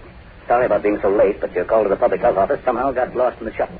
We've been under terrific pressure these last few days. It doesn't... Doctor. Too late, eh? One of your foremen, wasn't it? Yes. He's still alive, but I don't think there's much you can do for him. Well, I'll try. Where is he? Across the road in that hut. But before you see him, I think I'd better tell you something about this. Go ahead. The man's name is LaRue. He's a Frenchman. He was released from the penal colony last April on probation. He came to me for a job, and I took him on because I needed help badly. I see. I put him in charge of a crew of native pickers, and he seemed to work out fine. He drove them hard, but he brought the crop in, and that's what counts. 10 days ago, one of his crew was found dead in the field. Someone had hit the poor beggar over the head with a bailing hook and split his skull. I questioned a couple of them, but, well, you know how they are, tight-lipped. All I could learn was that LaRue had an argument with the man just before the body was found. LaRue, of course, denied killing him. But that night, the rod of drums started to beat. They've been beating every night since. Why? The natives are certain LaRue murdered that beggar. They've been trying to put the hex on him. Hear that? It's the death wail. They know he's dying. They know it because they're killing him. Oh, now, hold on, Craig. It's all right to talk about native customs and black magic, but you can't kill people by beating drums and wailing. Doctor, how long have you been in Haiti? 6 months. But what difference does that make? I've been on the island for 15 years, and I've learned one thing. There's a great deal that goes on down here that we know nothing about, that we can't explain. Oh, now, you can call it voodoo or black magic or anything you wish, but it's there. Let me tell you what happened. Go ahead. The more they beat those drums at night, the more LaRue drove the devils during the day. I warned him to lay off, but he laughed. The night before last, I caught 2 of them sprinkling graveyard dirt around his hut. What's graveyard dirt? They believe that dirt dug from around a corpse can maim and kill. That's rubbish. Maybe it is. But remember this. These natives are experts on poisons. They use dogwood root and bamboo dust, both deadly and with no known antidote. They use dried and powdered lizard, and some stuff they get out of the gallbladders of alligators. Maybe there is something in graveyard dirt. I don't know. I doubt it very much.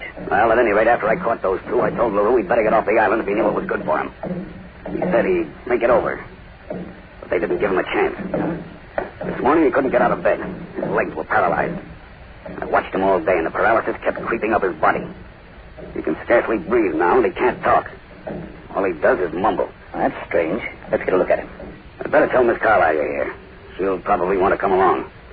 Incidentally, she doesn't know anything about this except that LaRue is sick. Who's Miss Carlyle? Her father owned this plantation. He died back in the States last month. She came down a week ago to look things over. She's inside the cottage. I'd rather not have a woman present when I examine him, Craig, if it can be helped. Well, all right. Follow me. Wait a minute. What's the matter? The drums. They've stopped. Oh, that's fine. They were beginning to get on my nerves. Come on. No, wait. Do you hear anything? Low voices and the shuffling of feet? No. I do. I'd better get a flashlight. Good Lord. What's that? I thought something was wrong. They surrounded LaRue's hut. Mr. Perry? That's Miss Carlyle. Excuse me a minute. I'm out here on the porch. What's happening? All of a sudden, those drums and that chanting. Oh, there's someone with you. It's Dr. Nelson of the Public Health Office in Port-au-Prince. How do you do, Miss Carlyle? Oh, I'm so glad you're here, Doctor. What's going on out there, Mr. Craig? The natives have surrounded LaRue's hut. Why? I don't know. We better get to him, Craig, before they do some damage. That blanket certainly can't help a dying man. It's too late now. Too late. What do you mean? There's only one way to get along with the natives down here, Miss Carlyle. Don't interfere with them. Leave them alone. That's all well and good, Craig, but you say a man's dying in that hut. I may be able to do something for him. Of course, it's ridiculous. Order them back to their cabins, Mr. Craig. They won't take orders now. They're wild with religious fervor. That chanting you hear goes back 1,000 years to when there were savages in the jungle. Do you mean to say that you're going to stand Just by? a minute, Miss Carlyle. I'll send the houseboy over to see what's going on. See inside? Yes. Trouble! What's not? I don't quite understand why you can't order them away, Mr. Craig. You'll understand if you're down here for any length of time. Here comes the houseboy. You call, mister? Yes, Trouble. Go over to LaRue's hut and see what's happening. No, mister, no. No can go. Him make Bokor chant. La Rue, le mort. Bokor make l'amour. What's he saying? He says LaRue's dead. That's the Bokor chant we're hearing. They're going to take his body away. They're going to turn him into a zombie. Mister, Of all the ridiculous nonsense. What's a zombie? What are you talking about? A zombie, Miss Carlyle, is a corpse that's been brought back to life. Down here, they call them a walking dead. Do you mean to stand there and tell me that you believe that? I don't believe or disbelieve, Miss Carlyle. All I know is that for centuries the natives of Haiti have conducted weird rites. Sober here, I'll tell you. Some of their ceremonies that make your hair stand on end. Is that any reason for letting a man die with savage drums beating in his ears? He's already dead. How do we know? They never used a Bokor chant except over a corpse. Now, look, Mr. Craig, I own this plantation and you're employed by me. And I insist that you order those natives away from their hut. Don't lose your temper, Miss Carlyle. I'm not losing my temper, Listen but to me a moment. I've had 15 years of Haiti. 15 years of learning how to get along with native help. You're not in the United States now. This isn't Georgia, Alabama, it's the West Indies. You're a foreigner in a strange land. A land where the roots of voodoo and black magic grow deep and strong. We know all that, Craig, but the fact still Just remains. a minute, Doctor. I've seen men disappear on this island. Vanish off the face of the earth. They were men who laughed at native superstition just the way you're laughing at it. don't be stupid, Mr. Craig. Nobody's laughing. We're trying to save a man's life. Why did you call Dr. Nelson from Port-au-Prince if you didn't intend him to examine LaRue? Yes, 40 miles is a long way to come to listen to native drums. Neither of you can understand what I'm driving at, can you? All I know is that a human being is lying in that hut, deathly sick. When I saw him this afternoon, he was in pitiful condition. Nobody's denying that, Miss Carlyle. Now you say he's dead, just because you hear some chanting and some drum beating, and you refuse to order those natives away so the doctor can examine them. It isn't that I refuse, it's simply Never that... mind. If you won't order them away, I will. Miss Carlyle, come back! Miss Carlyle! Hey, don't let us go over there alone. Quick, Doctor, after us!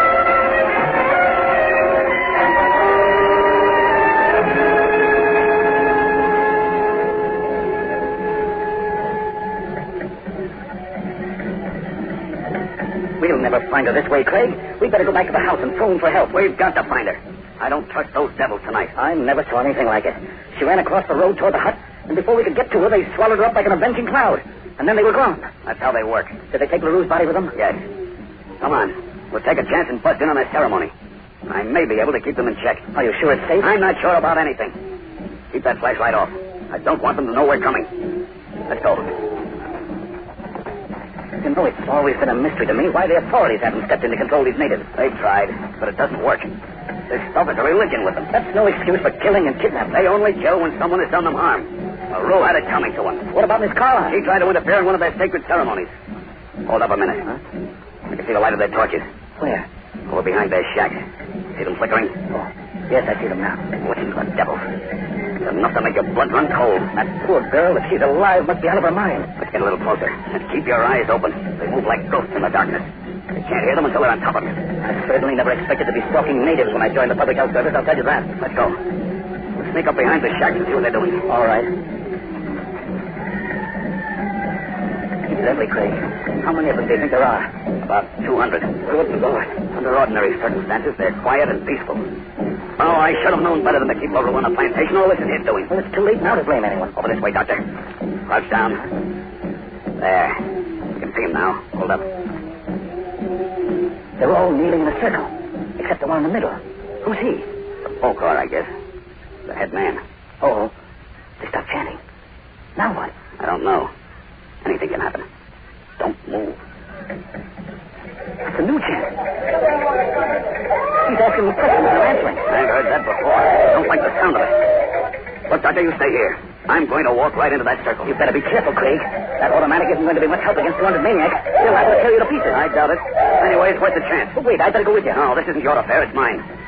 In case I do run into trouble, get back to the house as fast as you can and put in a call to the police. Yes, I will. Okay. Wish me luck. Good luck, Craig. What was that? It's Sobo. He's crawling up behind us. I wondered what had happened to him. Go back hard. Back stay here. We've got to find the girl, Sobo, the missing lady. No. Bokor man make kill chant. Back. What you say? That chant. It's the kill chant. Go back. Sobo bring missing lady. You know where she is? Sobo find. Is she alive? Ask him. Missing lady lives, Sobo. Sobo find. Sobo bring back. Go. All right. Come on, Doctor. Back to the house.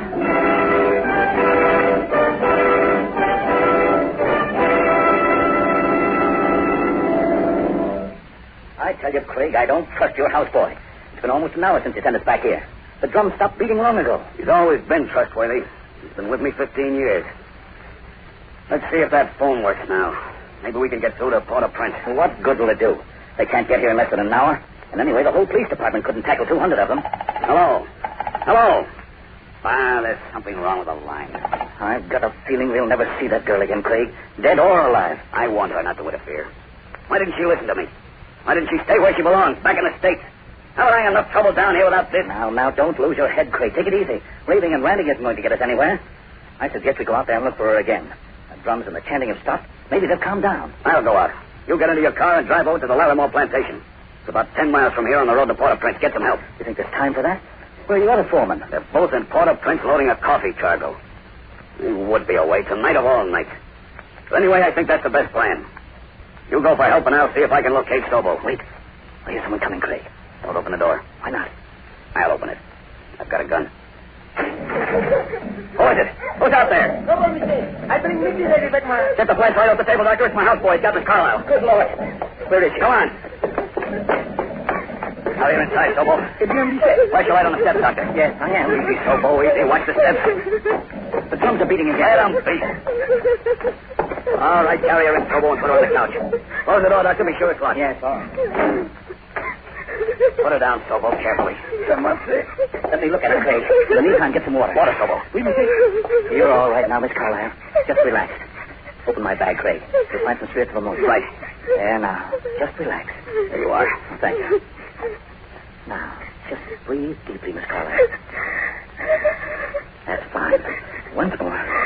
There we are. Here comes the water. Oh, pour some in the glass. Put it on the table, Sobo. Feel better now, don't you? Yes. Here you are, Doctor. Oh, thank you. Now, drink this, Miss Carlisle. Here, I'll hold your head up. There now. Just lean back. Oh, it was horrible. Simply horrible. I don't think you better talk for a while. I've got to tell you. They put his body in a grave. An open grave. A room? Yes.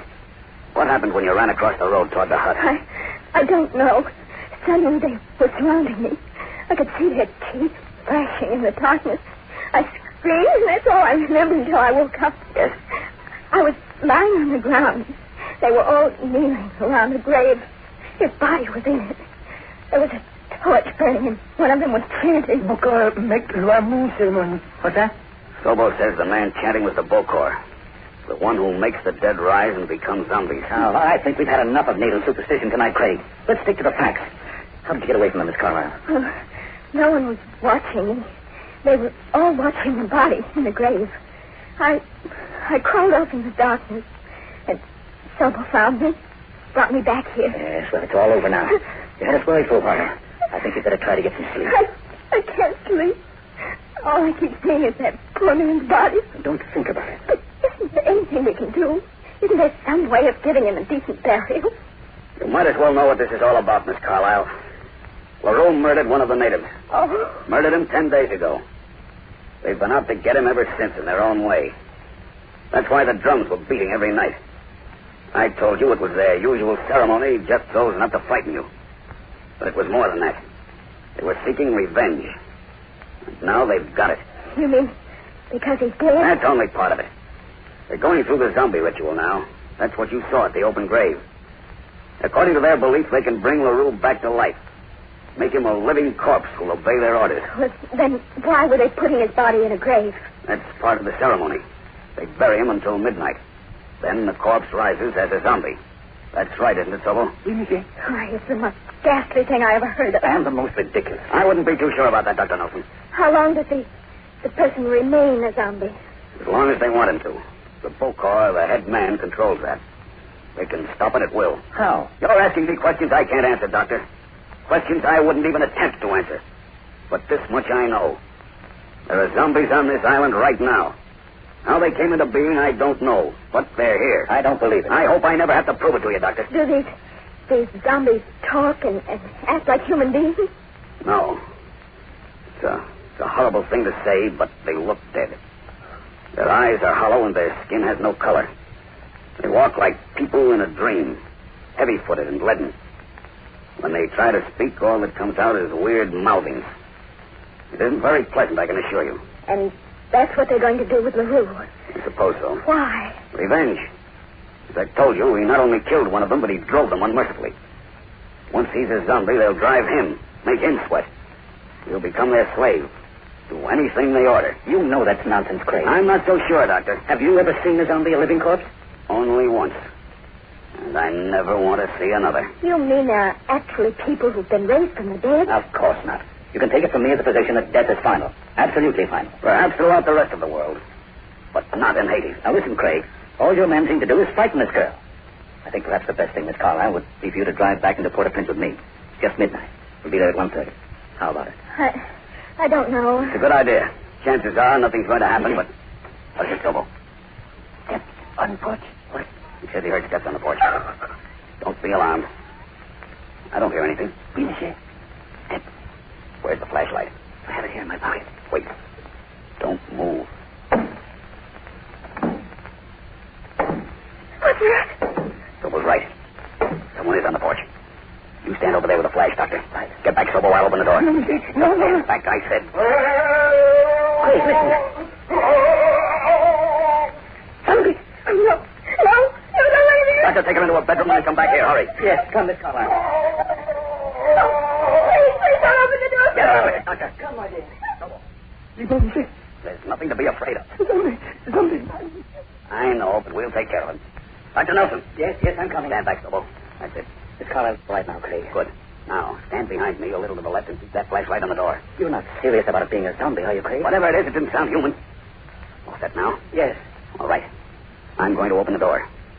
Keep that light steady, Doctor. The door's locked, you know. I locked it when we came in. I know. Craig, perhaps it might be better to... Don't worry. There are 6 bullets in this automatic. That should be enough. Get ready now. Here goes. There's nobody out there. Careful, Craig. The porch is empty. Are you sure? Positive. Come on there with that flashlight. You too, Sobel. We heard heavy footsteps, didn't we? And that weird moaning? Yes, but there's no one here now. Flash the light around. That's it. See anything? No. Not a thing. Well, there may be some footprints in the driveway. Let's check. It's hard to tell at night. There's a good clear print. That could be mine when I got out of the car. Matter of fact, it is. I suggest, Craig, that we lock up and remain in the house until daylight. No sense taking chances. Probably the best idea. What I don't understand is... Good Lord, that's Miss Carlyle. Come on, follow me. What room is she in? It was the end of the hall. What happened? The window. He was standing at the window. Who was standing at the window, Miss Carlyle? LaRue. Yes. I've never seen anything so horrible. You're sure it wasn't your imagination? No, I saw his face. It was like a death mask. His lips were blue and his skin was ghostly white. Good Lord. Sobel. You stay here with Miss Carlyle. The doctor and I are going out front. If you see or hear anything, yell. Please don't go far. We won't. Come on, Doctor. What do you make of it, Craig? I don't know what to make of it. Do you think she really saw someone at the window? Wouldn't be a bit surprised. Watch those porch steps. I noticed one of them's a little rickety. What do you propose to do, Craig? Take a look around. Stick close and keep that light swinging. That's fine. I really think we'd be much better off if we locked all doors and windows. Hold up. What is it? I Thought I heard someone moving up ahead. Swing your light slowly to the left, across the road. Easy. Easy. Hold it. Lord in heaven. It's a man staring at us. It's Oro. He's running away. Keep your light on him. Oro! Oro! Stop or I'll shoot!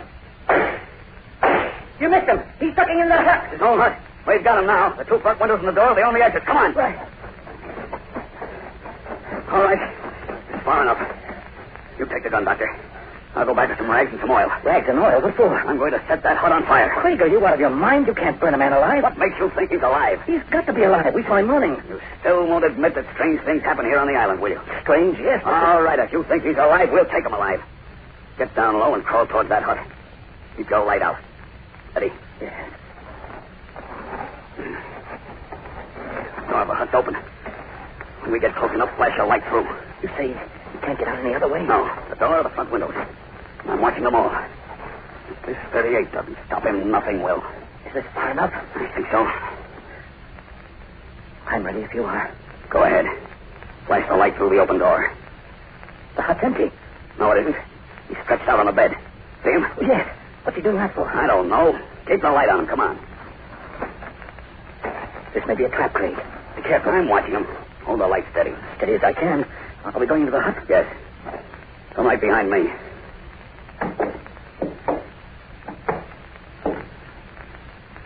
Well, there he is, Doctor. Hold the light, Craig. Let me get a look at him. Keep it on his face. Miss Carlyle was right. His lips are blue and his skin is ghostly white. Are you sure this man is LaRue, your foreman? Yes. I can't believe it. What do you mean? Is this the man we saw running into the hut? Yes, of course. And you were right. Evidently, strange things do happen on this island. They do? Yes, Craig. This man has been dead for 3 hours.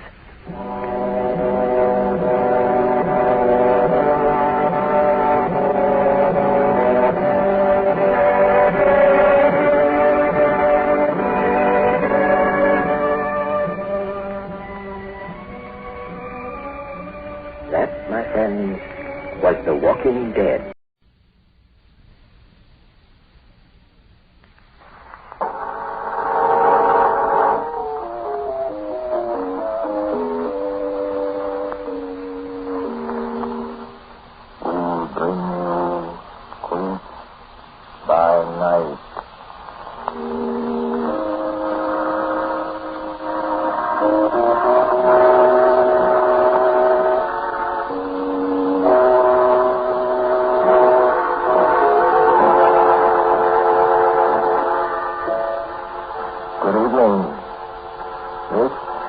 Master of Mystery, Dr. X, about to present the 16th in a series of dramatic explorations into the vast and unknown labyrinth of the human mind.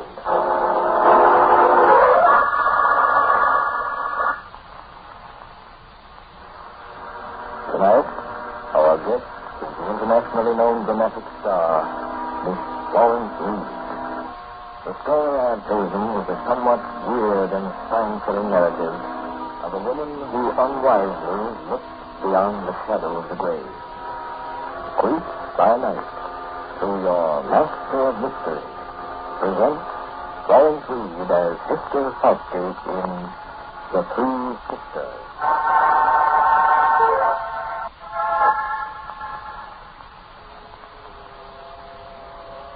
As you look north, the fishing village of Amsport, the New England coast is wild and desolate, save for a huge, weather-beaten house that stands like a gray shadow between the salt marshes and the shifting sand dunes. It was built in 1836 by Captain David Southgate, and strange stories have been told about it. None stranger, perhaps, than the story of the three Southgate sisters, which came to the surface one dark, stormy night when Dr. Tennant was hurriedly summoned from the village by Julia, youngest of the maiden ladies. The seas had been running high for days, and the tide was creeping over the marshes, and the doctor mounted the steps of the ancient house and knocked on the heavy oaken door.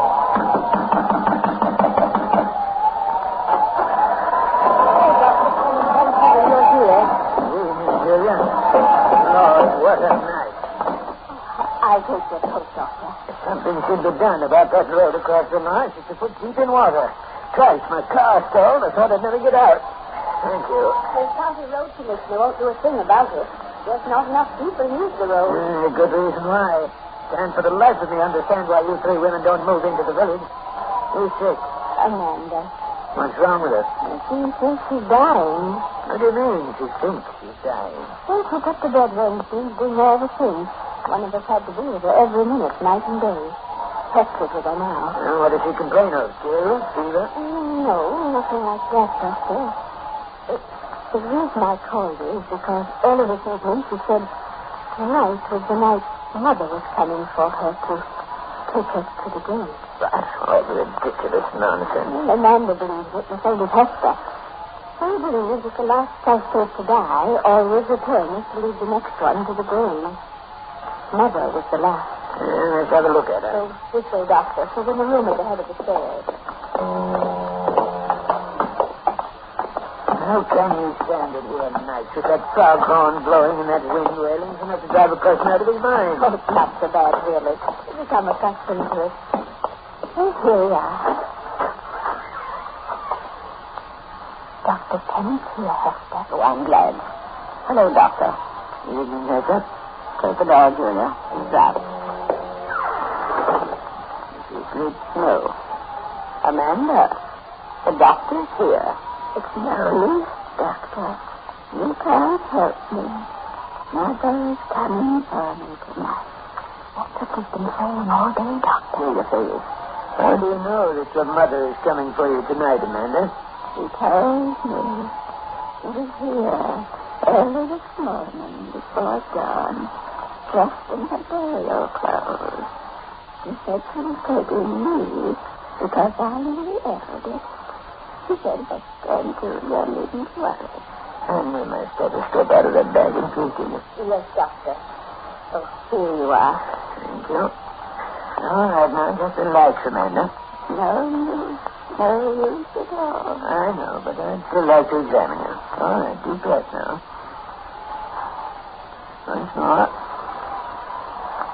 That's fine. Can you turn over on your back? I'll help you, dear. It's no use, I tell you. Mother's coming for me tonight. And don't bother her, Hester. Come now. You see? Dr. Tennant knows. Even he knows. I'm going to die. Is the doctor? And talk to you outside, Julia. Keep her warm, Hester, and see that she gets some sleep. Come, Julia. Goodbye, Miss Amanda. Goodbye, Doctor. Goodbye forever. Oh, Amanda, dear. Come along, Julia. Yes, Doctor. You don't have to bother coming downstairs with me, Julia. I can tell you everything I've got to tell you right here on the landing. Is she terribly sick, Doctor? She won't die tonight or any other night for some time to come. Her heart is sound as a dollar, considering her age. But the way she feels and looks and the things she says. Imagination. Humor her for the rest of the night, and in the morning, when she awakens and finds herself alive, she'll be quite all right. Oh, I hope so. I know that she will. As a matter of fact, you worry no more than Amanda does. I? Yes. I don't like those circles under your eyes when you're going too slow. Hold still a minute. Listen to your heart. Oh, I'm all right. Yes, I know, but you've always had a weak heart. Now, take a deep breath. Again.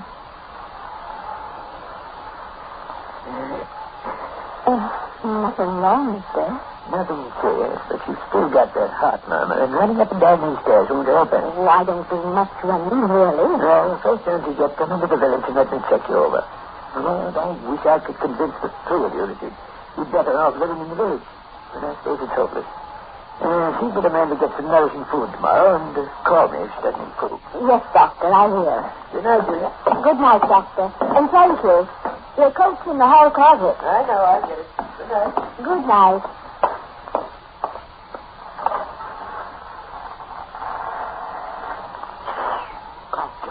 Doctor, please.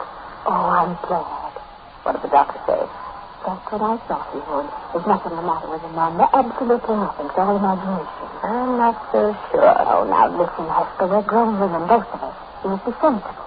He knows well as I do that no one's coming to lead us to the grave. Now time comes, we'll die like other people do. You don't remember the night our mother passed away, do you? You don't recall what she said on her deathbed? Oh, you know well enough that poor mother wasn't quite right in her mind. You've no cause to say that. Well, she doesn't even know it. That's why I argue about it. Dr. Tennant says Amanda will waken tomorrow morning and find herself alive and forget all about it. Dr. Tennant doesn't know. He knows enough to tell whether she's sick or not. 10 o'clock. So you stay with her till 2. I'll try to get some sleep in the meantime. All right, dear. I'll wait till 2.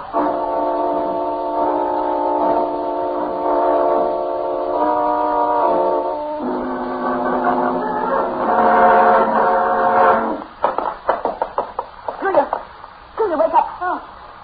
What is it? Is it time? No, it's only midnight. I have to fall asleep. I woke up about a minute ago and what? Julia, Amanda's dead. No, Hester. Julia, what's the matter with you? Julia, speak to me. Open your eyes. Julia!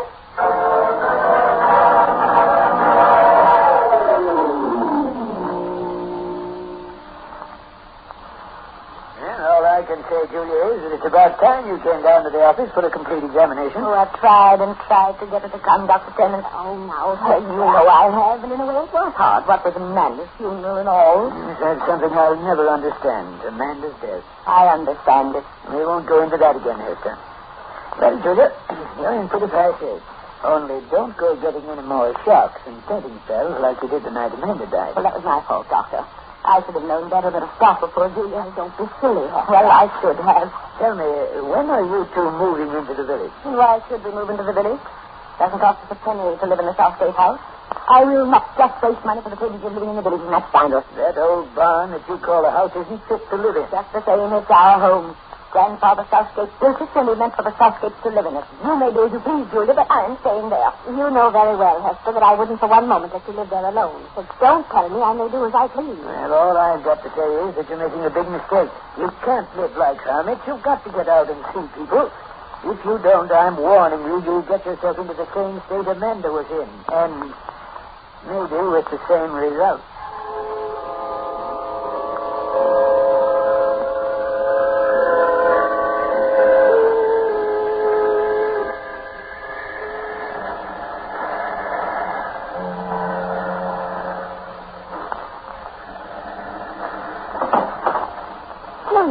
What on earth are you doing in the kitchen at this time of night? Just baking some pies. Pies? What for? There's a church supper Friday night, and I pledged 4 apple pies. 4 apple pies? And what of your mind? Don't you realize butter and sugar and flour cost money? Oh, Hester, for heaven's sake, it's only a matter of $2 or $3. Only $2 or $3? Well, you talk as if we had millions. We have enough. Yes, enough for ourselves, but not enough to feed a lot of worthless people in the village. There are people in the village who need help and must have charity. And I'm working with the Reverend Evans to give them as much help as I can. I believe you've lost your mind. Oh, stop it, Hester. Well, you know it will be taking the money out of the bank and counting it, dollar by dollar, over and over again. I'll do something, you can be sure.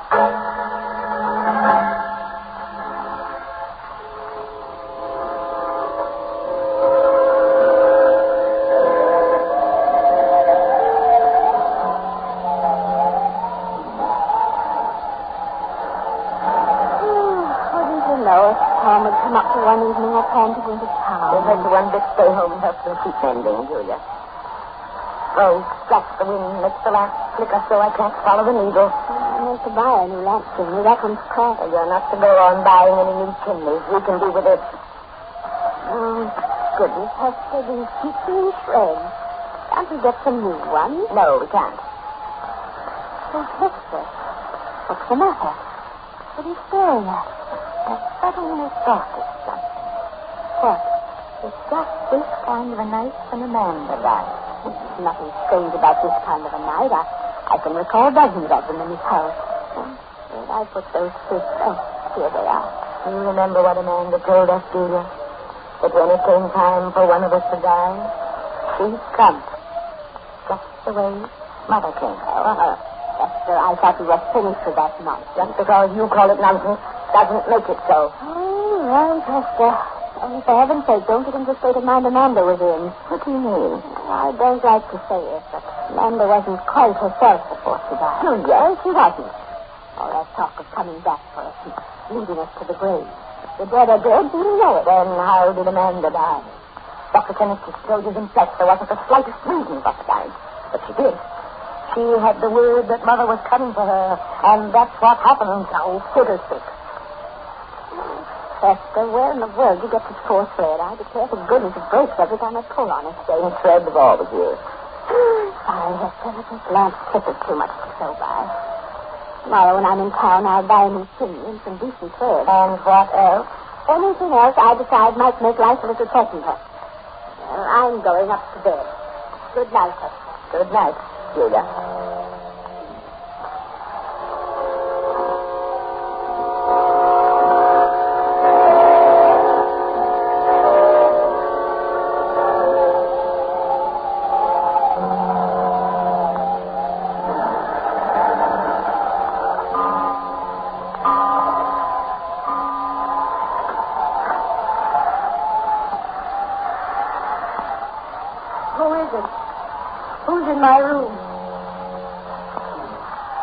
I said, Hester, is it you? Answer me. What sort of nonsense is this, Hester? Oh, all right, if you want to make it. Get out of bed, huh? Get out of bed. Now, Hester, what's the meaning of... Amanda!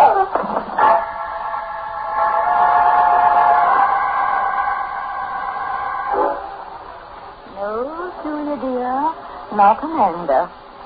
These aren't burial clothes I'm wearing. These were torn sheets you wouldn't work on this evening.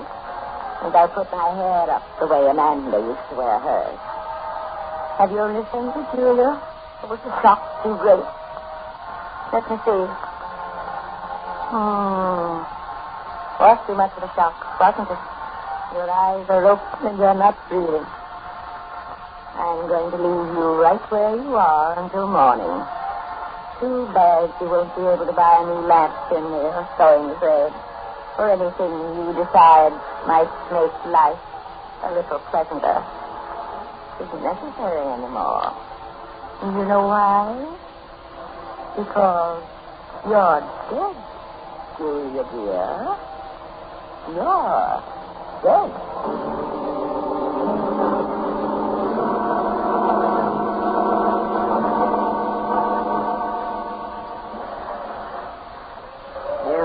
She went to bed about 8, Hester? Yes, Doctor.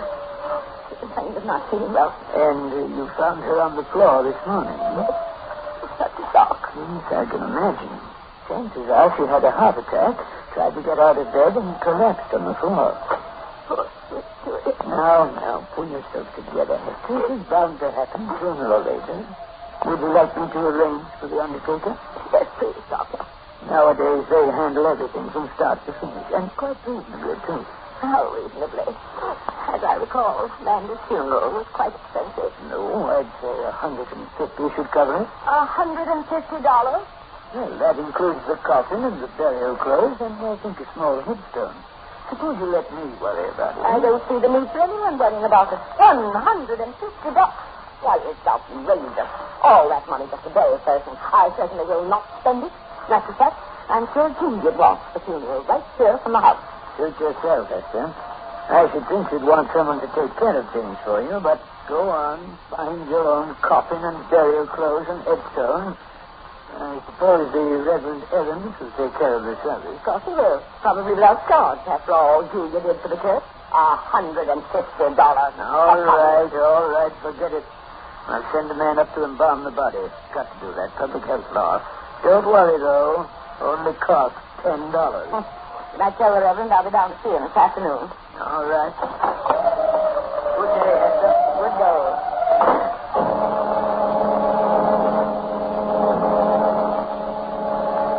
He's gone, Julia. Dr. Bennett's gone.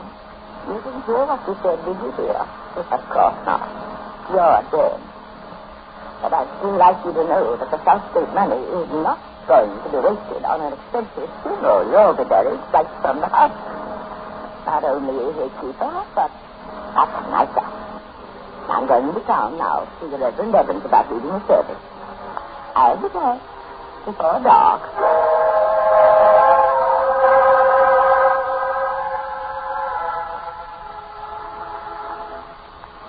So far as I am concerned, Miss Hector, it makes little difference whether Miss Julia's funeral is conducted from the house or the church here in the village. I'm quite sure you wouldn't mind, Reverend. I've already arranged to have a coffin built.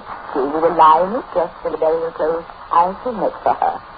The coffin will be in the parlor where people can come and see her if they wish. Very well, Miss Hector. Shall we say the day after tomorrow for the funeral? The day after tomorrow will be very nice, Reverend. Shall we say 10 o'clock in the morning? 10 o'clock will be lovely.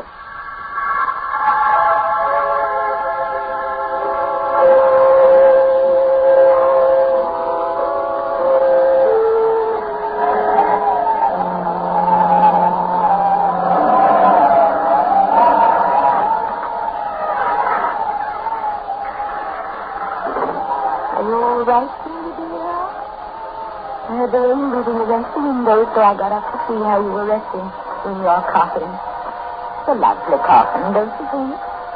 Old Caleb made it for me. Did you know Caleb seriously? Only charged $10.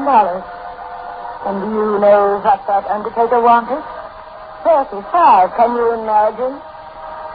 Tomorrow's too new, you know, dear. I shudder when I think of all those strange people tramping through the house that I chose a chance to help. Good heavens, what was that? That's in the bed of my bedroom. Room come near shut. I hope the storm does let up before morning, Julia. I'm going to leave this lamp burning at the foot of your coffin here. It doesn't use much oil. It is so much nicer to have a little light. I'll be down. Bright and early in the morning. Who's there? I see your hand on the doorknob. Who is it? Anthony. All right, I'll find out for myself.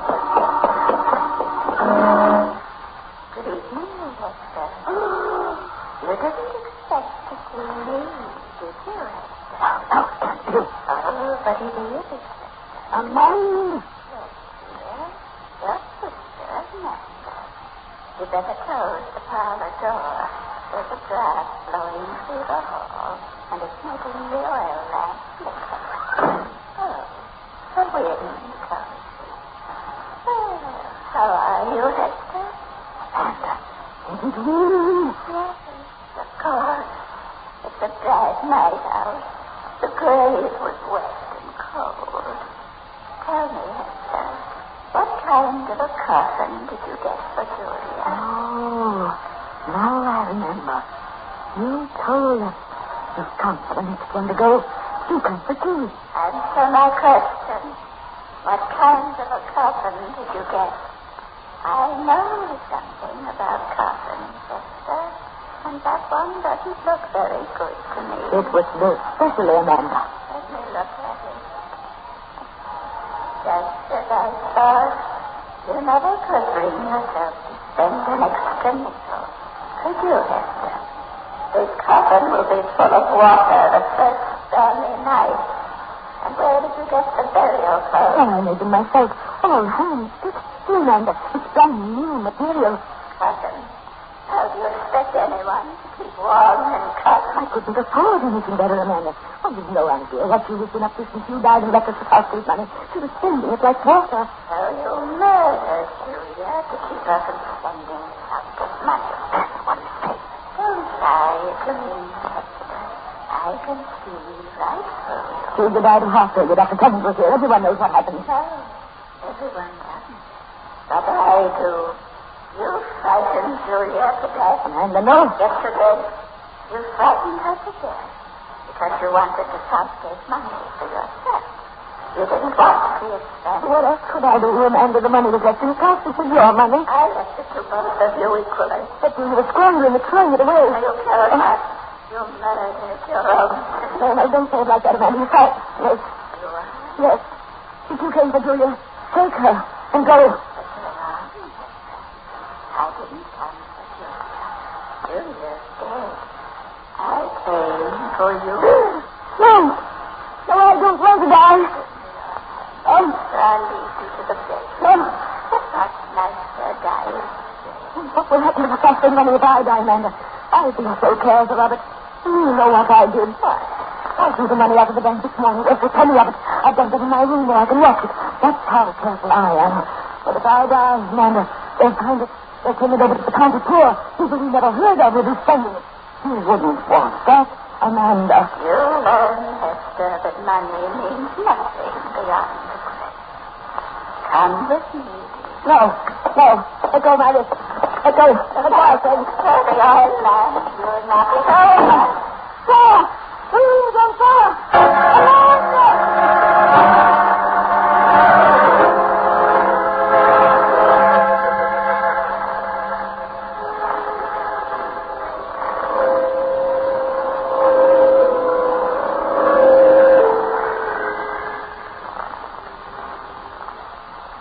Lola, all over in the room, caught fire.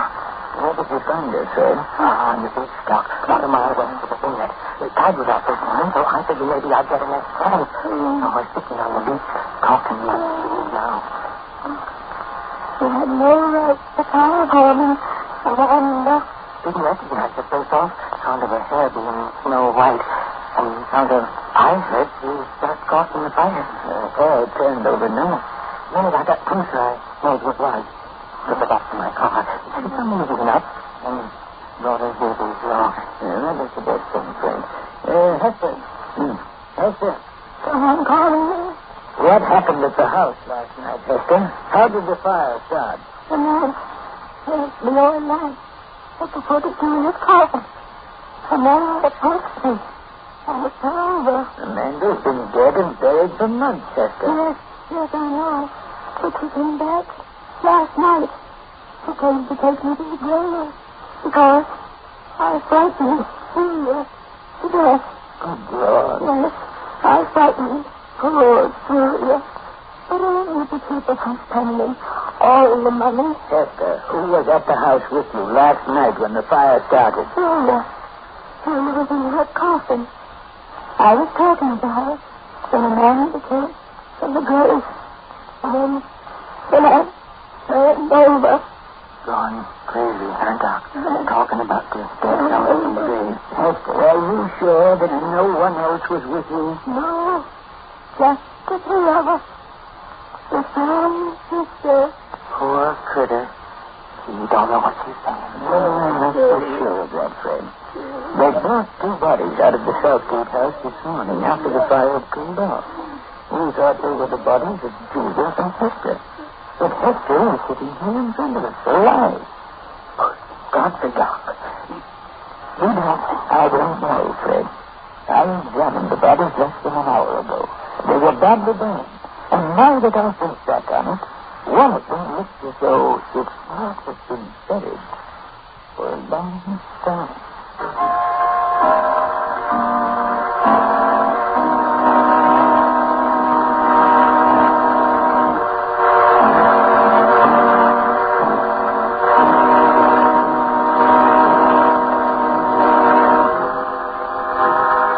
That was The Three Sisters.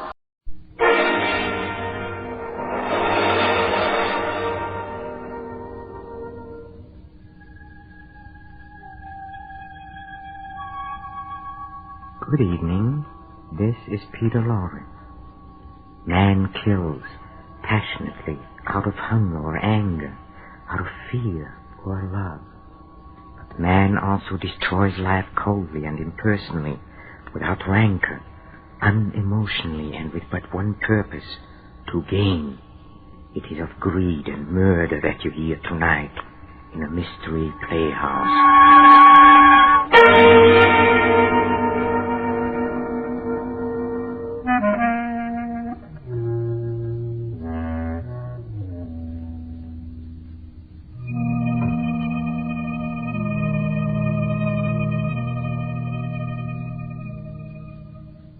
Oh, yes.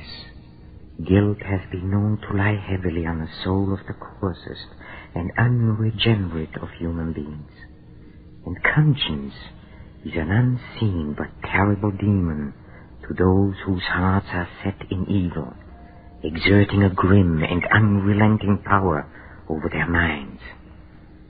Tonight our story concerns itself with a price of greed and revolves about a strange and almost fateful phenomenon that forced a man to stand ghastly trial before a jury of the dead. Listen as we tell you of Captain Bull Harrison and the 6 who did not die.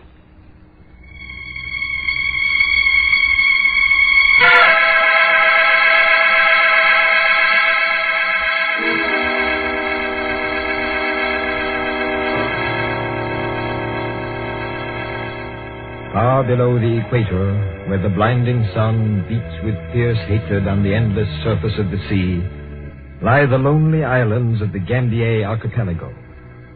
There is no movement in the white, hot expanse of sand and ocean, no movement save the brief, fluttering excursions of flying fish and the few palm fronds that wave languidly above precarious footholds in the scanty soil. Barren and lonely are the Gambiers. And lonelier than most is the atoll of Mangareva, a strip of sand and gray coral rising from the sea like something foul and festering. For at high water the tide sweeps over it, and retreating leaves on its sloping beach all manner of snails and shellfish that helpless broil and putrefy under the blazing sun. No trader has ever visited Mangareva, for there is no one with whom to trade. And the gunboats of the Australian Territorial Patrol give it wide berth, for there is no one to watch. Only an occasional pearling vessel with its crew of native divers ventures within sight of Mangareva. Such a vessel is the sloop Nancy Hale, 4 days out of Sydney. A weather-beaten hulk with caulking oozing from her open seams, she lies at anchor in the lee of the island. It is sundown, and her small boat is returning from a day of pearl diving. The oars stroked by 6 dark-skinned natives, the Cockney mate standing in the bow. As the boat swings broadside to the sloop, the mate clambers aboard. All right, Caboli. Make her fast to the stern cleat. And mind you don't lose one of those oars overside. Me not turn. Now it is 10. Me do some work all time. So, blimey, stop your even babbling. I don't care whose turn it is. Make her fast and ship them oars. If it ain't done by the time I get back from seeing the captain, I'll take the eyes off you. Hang your mind while I sigh. Those beggars always getting their ends up about something. Ain't one thing, it's another. I'd give £10 right here and now to be lifting a pint down in the Red Dragon Crawl. Blimey, I would. Instead of sweating me blood out in a million miles from civilization. Hi, Captain. Like there's not these 3 sheets in the wind. I'll take a look. Who's there? Now, keep your shirt on, Bull. It's nobody but me, Foggy. Oh, back already? Well, it's been 10 hours under that blasted sun. Ain't that enough? Close the door. How'd you make out? Not bad. Well, you might invite a chap to have a nip of that there gin sitting on the table. Go ahead. It's the last of it. Oh, blimey, the last of 60 bottles we took on at Sydney. You ain't been bashful about drinking it, have you? You got any objections? Oh, now, don't be getting your end up, Bull. No offense. Why are you drinking? Let's see what you got for you 10 hours. Well, no, I think we done pretty fair at that. Here's one, your eye. Nothing like a spot of Dutch gin to set a chap right. Oh, good at that. Too bad there ain't more of it for the old back to Sydney. What makes you think we're hauling back? I thinks we are, Mr. Addison. Fast as the old trouble takers. I thinks we are. Come on, out with it. What'd you get? A handful of stinking seed pearls? Seed pearls, is it not on your life? Give an eye to these, if you please. Good Lord. Not bad, eh, Mr. Addison? Where'd you get these, Foggy? 50 yards southeast of Mangareva in 2 fathoms of water. You know what they're worth? God, they must weigh 50 grains apiece. How many are there? 1, 2, 3, 4, 8 5, by my 6. count. That's right. 8 times 50. 400 grains. All perfect, too. Hardly need peeling. There's 1,000 pounds here, Foggy. Maybe more the way the market is today. By heaven, you're right. We are hauling back. I can do a lot with 1,000 pounds. Ain't you forgetting something, Captain? How's about me and the natives? What do you mean? Well, the natives get half the catch according to the agreement with their chief, and I get 10%. Well, figuring rapid and not intending to be accurate, I should say that leaves you £400. Not 1,000. Trouble with you, Foggy, is you don't know how to figure. Now, listen. When we took on this batch of divers, we never dreamed we'd run into a haul like this, did we? Can't say as we did. All right. We figured maybe we'd come back with 50 or 100 grains, not 400. What are you leading up to? How far can I trust you, Foggy? Well, now, I'd say that all depends on how much it's worth to be trusted. If we get what I think we should for those 8 beauties, your cut will be 300 pounds, $1,500. God, blimey, enough to take me back to England in style, ain't it? More than enough. Well, it sounds most attractive. How do you plan to work it? Right now, 8 people know about this catch. You and me and the 6 divers. Chances are there are plenty more pearls where these came from. Must be a natural bed. We got to fix it so's only you and me know the location of that bed. Savvy? I ain't interested in the bed. All I'm thinking about is getting enough to ship back to England. Okay, this is how to get it. You still ain't giving me no details like this, if you understand what I mean. There's nothing to it. We lay over here tonight. Tomorrow morning we tell the boys we're making one last dive and hauling back. I'll go along with you in the small boat so's I can mark the spot. I'll take a belaying pin with me. They'll all dive in pronto because they've been there before. And when they come up one at a time like they always do, whack 'em. You get me, Foggy? I get you, Bull.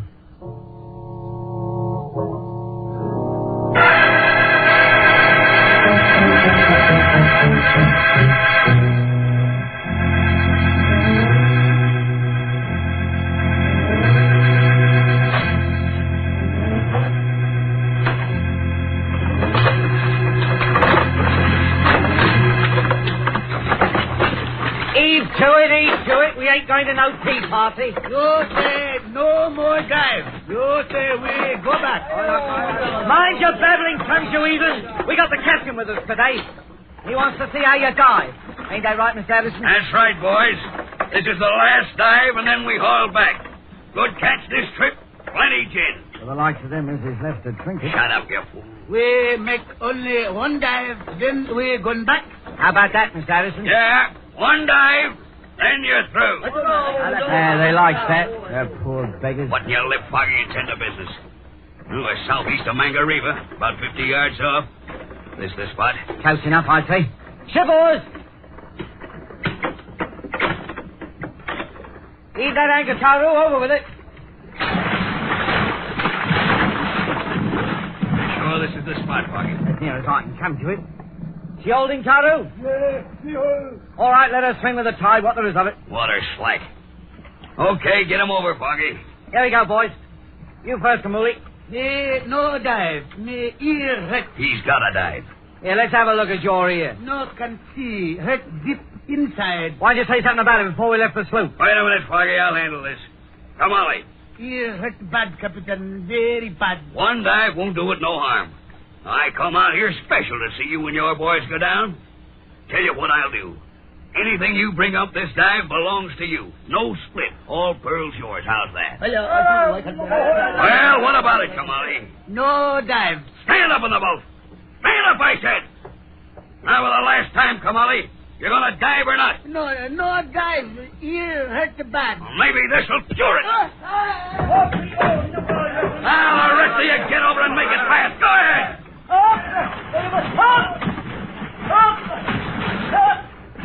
That does it. They're over. Hold the boat steady, Foggy. I'll work the belaying pin as they come up. What about this one, you slug? Leave him be till we get rid of the rest. Hold steady now. They won't be staying down there long, I can promise you. I got a funny feeling no good's going to come of this. Stow your feels and keep the boat steady. That's all you got to do. I'll take care of the rest. One little tap of this belaying pin as they come up will be enough. Here comes one. Right aside the boat. Steady. That does for him. Went down like a rock. 2 more coming up. I see him. That's Mace 3. See the others? Not yet. Water got roughed up a mile. Hold on. Here they come. 2 together. That'll make it easy. Steady now.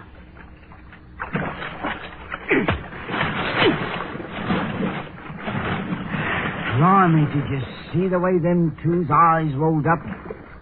Like to send the shivers through me. Give me a hand with this one and stole the gab. What you gonna do with it? Leave him over. Wait till I tap his skull to make sure he don't come to. There ain't nothing finicky about you, is there, Bull? Grab his feet. Lift him now. You're all right. Here. Now, get that anchor up. The job's done. All neat and clean. It ain't done for me. I'll be seeing them poor beggars' eyes rolling up for a long time to come. You'll forget about it once we hit Sydney. There'll be plenty of gin and rooms in the best hotel in town. All I want is to book passage on the first boat back to England. Don't worry about that, Foggy. You'll go back to England a rich man. I got another idea. The money we get for those pearls is gonna be nothing compared to what we end up with. Now what's on your mind? You'll find out. Get that anchor up.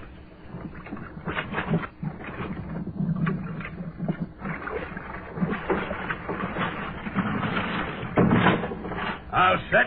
Right. Bend to on the oars. We're gonna be rich men, Foggy, you and me. Plenty rich.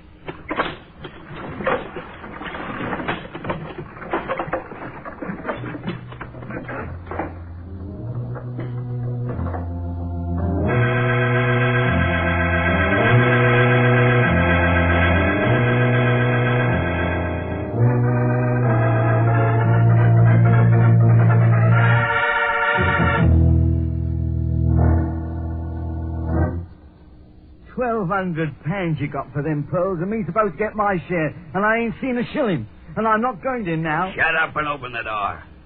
You got the key? No, I ain't got nothing for killing 6 men. Quiet down, you stupid fool. Like to get us hanged? Here's the key. Open the door. We're going to be rich men, Foggy, you and me. How's about that, Mr. Harrison? Open the door, I said. 1,200 pounds, and now we ain't got nothing. Close the door. 1,200 pounds lost. Stop talking about it. I've heard all I want to hear. Oh, you have? It don't bother you that I ain't got no passage money, does it? You think I figured on losing it? I had a system to beat that roulette wheel. Something happened. Didn't work. I told you to stop. You told me. What do you know about it? All I was trying to do was to build that stake up, make us some real money. Yeah, now we ain't got nothing. Gamble it away you did. There's more where that came from. I've got 20 pounds left. Enough to pay for this hotel room, dock charges on the sloop, and provisions. We'll go back to Mangareva and get ourselves some more of them big pearls. I ain't going nowhere near Mangareva. Not on your life, I ain't. Why not? Because it ain't got pleasant memories, that's why. I'm quitting. I know a rum deal when I sees one. 1,200 pounds left in a gambling house. So you're quitting, huh? What makes you think I'll let you quit? You ain't got no right to stop me. No, I got a right to see that you don't open that big blabbing mouth of yours. I got that right. I knows when I'm well off. I ain't doing no talking. Maybe I'd better make sure of that. Yeah, always one for making jokes, aren't you? This don't happen to be no joke. We murdered 6 men back at Mangareva, you and me. We're the only ones knows about it.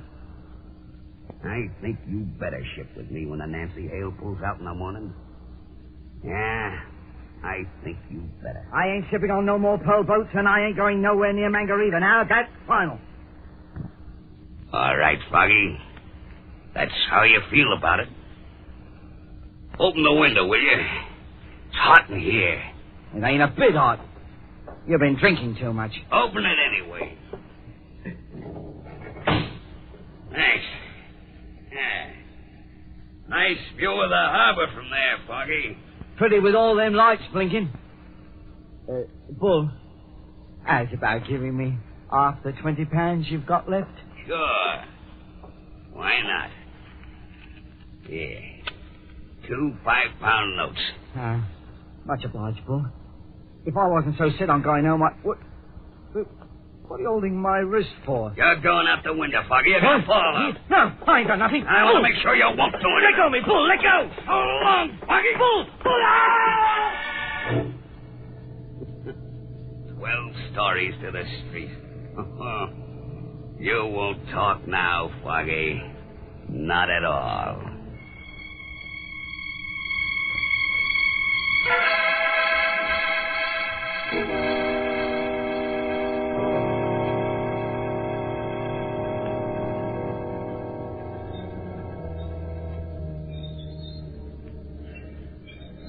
Ease off on that jib halyard, Dave.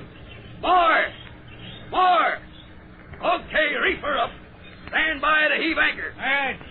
You, Manu. Lend a hand with that winch. All right, let her go.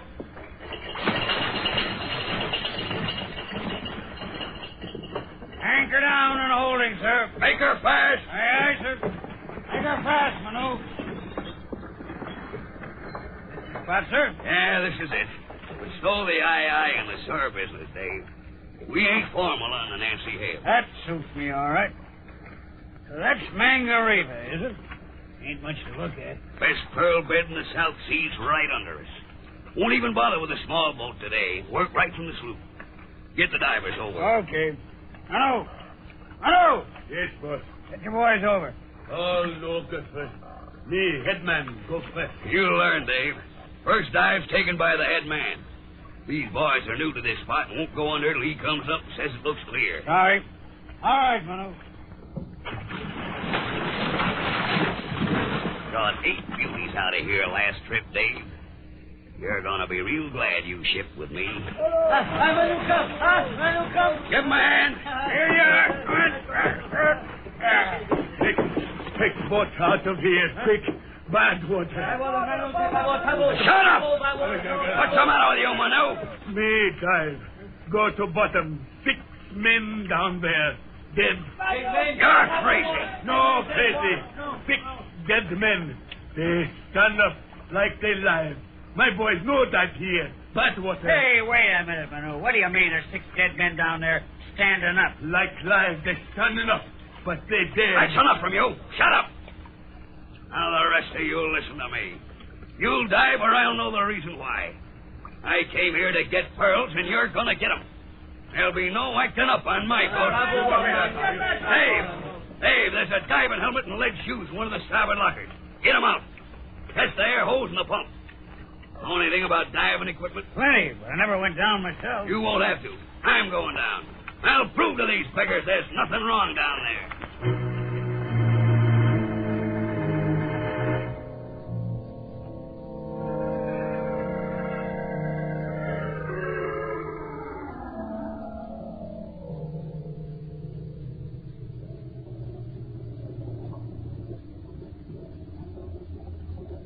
Everything okay, Captain? Yeah, just about touching bottom. Ease up on the rope a little. Let the rope go, Manu. Easy. Take a bite in it. That better, Bull? Yeah, much better. Keep that air pump and hand generator going. Don't worry. Yeah, how's it look down there? Can't see much yet. Gotta get used to it. Lean forward when you walk. You need more rope? Okay. I ain't doing any walking. All I want to do is stay down here a couple of minutes and prove to those native beggars that... Captain, what is it? Hold me up! On that rope. What is it, Bull? What happened? Get me up, Dave! Get me up! Now, don't come near me. No! Rope stuck. No can pull. It can't be stuck. Lay on it, all of you. Dave! Hold me up! We're doing our best, Bull. What's down there? 6 men. On who's right. They're standing in the water and gunning at me. For the love of heaven, get me up! We're trying to, Bull, but something's holding you. What is it? I don't know. My feet are sinking down. Maybe it's death walk. Oh, no. Lash that rope to the windows. Move fast. They got me.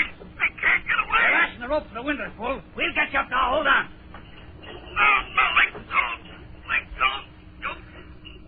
No can do. Rope stuck. Get back to that air pump. Air. Gotta have air. No, man the pump. No. Captain bad. Stay in bad water. Aye, you. Bull, they won't man the pump. We can't fight you. Bull. You're stuck just the same as I am, aren't you? Stuck in the asphalt. That's why you're standing there grinning at me. You can't move. Bull, listen to me. I killed you. And I killed Foggy, too. I wanted it all for myself, and I'm gonna get it. Pearls, the biggest pearls you ever saw. They're down here all around me. I'm not afraid of you. You're dead. Dead, you hear me? Bull, for the love of heaven, listen to me. Pearls all around. Big ones. Go ahead. Bring your dirty devil's friend. You can't beat me. You can't.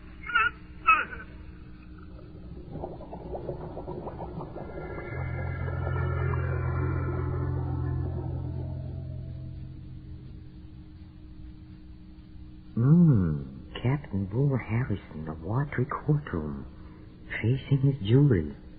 The jury with good reason to pronounce him guilty of murder and greed. Poor Bull. Down there with the pearls he wanted so much, and the men he murdered to get them. Funny, isn't it? Or is it? Please don't go. Come with me to the green room where the players are rehearsing our next performance. Come. Come.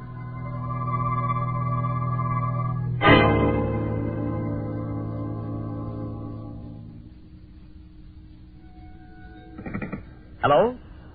No, I'm not Pamela North. He hung up, as usual. Maybe I'd better practice up on my falsetto. In a hurry this time. Hello? I am not... Dead. Oh, the door. Maybe he didn't believe me. No, I'm not Pamela North. Well, of course not. I am. Hello, Pam.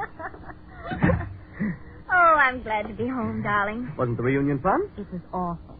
Everybody sat around noticing how much older everybody else looked. Postmortems, huh? Mm-hmm. Darling, is there a man in your life? Of course, dear. You. There must be somebody else. Because I'm pretty sure I haven't been calling myself up and asking me if I weren't Pamela North. Darling, you're not well. I'm in perfect health. Listen, some goon has been phoning every hour and asking for you. As soon as I convince him that I'm not you, he hangs up. Well, that's funny. Well, it's reasonable enough, I but... wonder if it has anything to do with the little man. What little man? The one who followed me home. Maybe I should have asked you about the men in your life. Certainly, darling. The street was so dark and he was so gray, sort of, and indistinct. I ran. Did he run after you? I don't know. I would have. You did. But you slowed up for me. Oh. You answer it. I wouldn't want to disappoint him again. All right, darling. Hello? Yes, this is Pamela North. What did you... hello? Jerry. I know, he hung up. Probably thinks it's good, clean fun. You know, darling, I am getting scared. Nothing to get scared about. You're beautiful and... Near the window. All right, darling. Wait. Is that your little man coming down the street? Yes, Jerry. He's looking up at the house numbers. I thought he was only a nasty little old man, but... Come away from the window. What are you going to do? Call the police. Oh, I may just be imagining things, Jerry. My imagination can't be that vivid. May have been a car backfiring. I know those were shots. I'll take a look. Jerry, don't you go near that window. Relax, darling. No one could see me up here. Funny. What is? He's deserted. The little man? He's gone, too. Maybe that was a car backfiring. At any rate, most people would think so. Darling, we've heard guns being fired too often. Well, whoever fired those shots isn't there anymore. Neither is your little man. I sort of suspect he's disappeared from our lives. I hope. That was our doorbell. Uh-huh.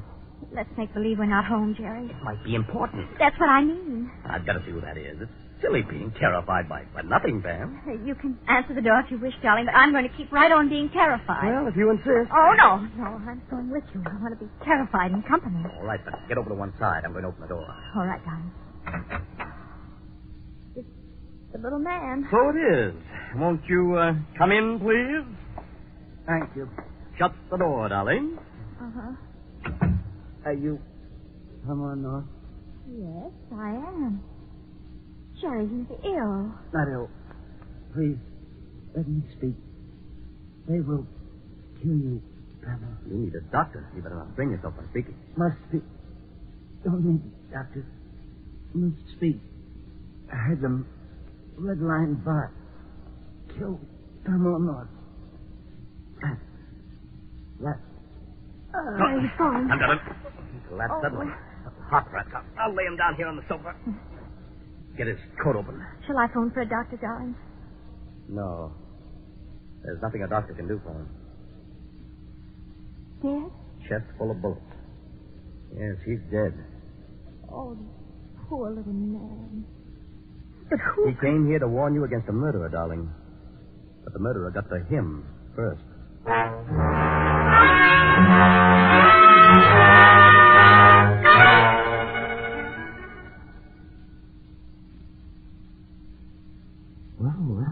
all this, do you suppose?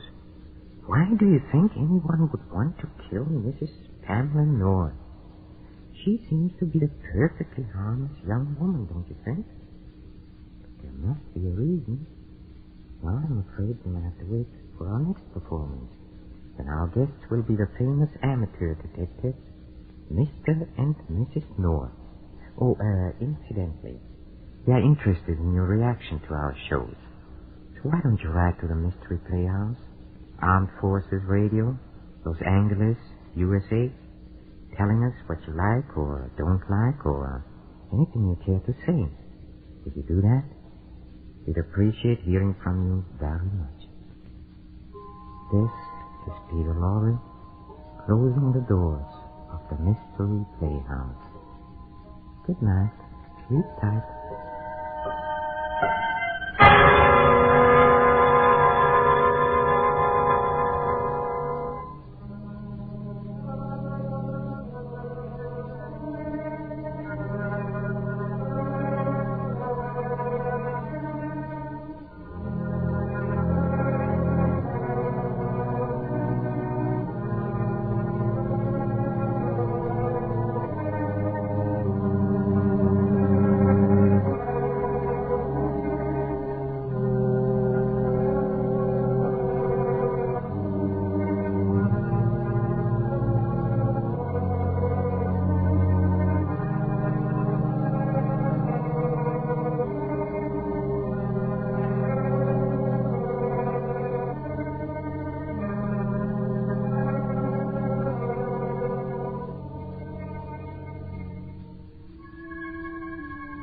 This is the Armed Forces Radio Service. We hope that you've enjoyed this recording, and for more happy listening, please visit otrcat.com.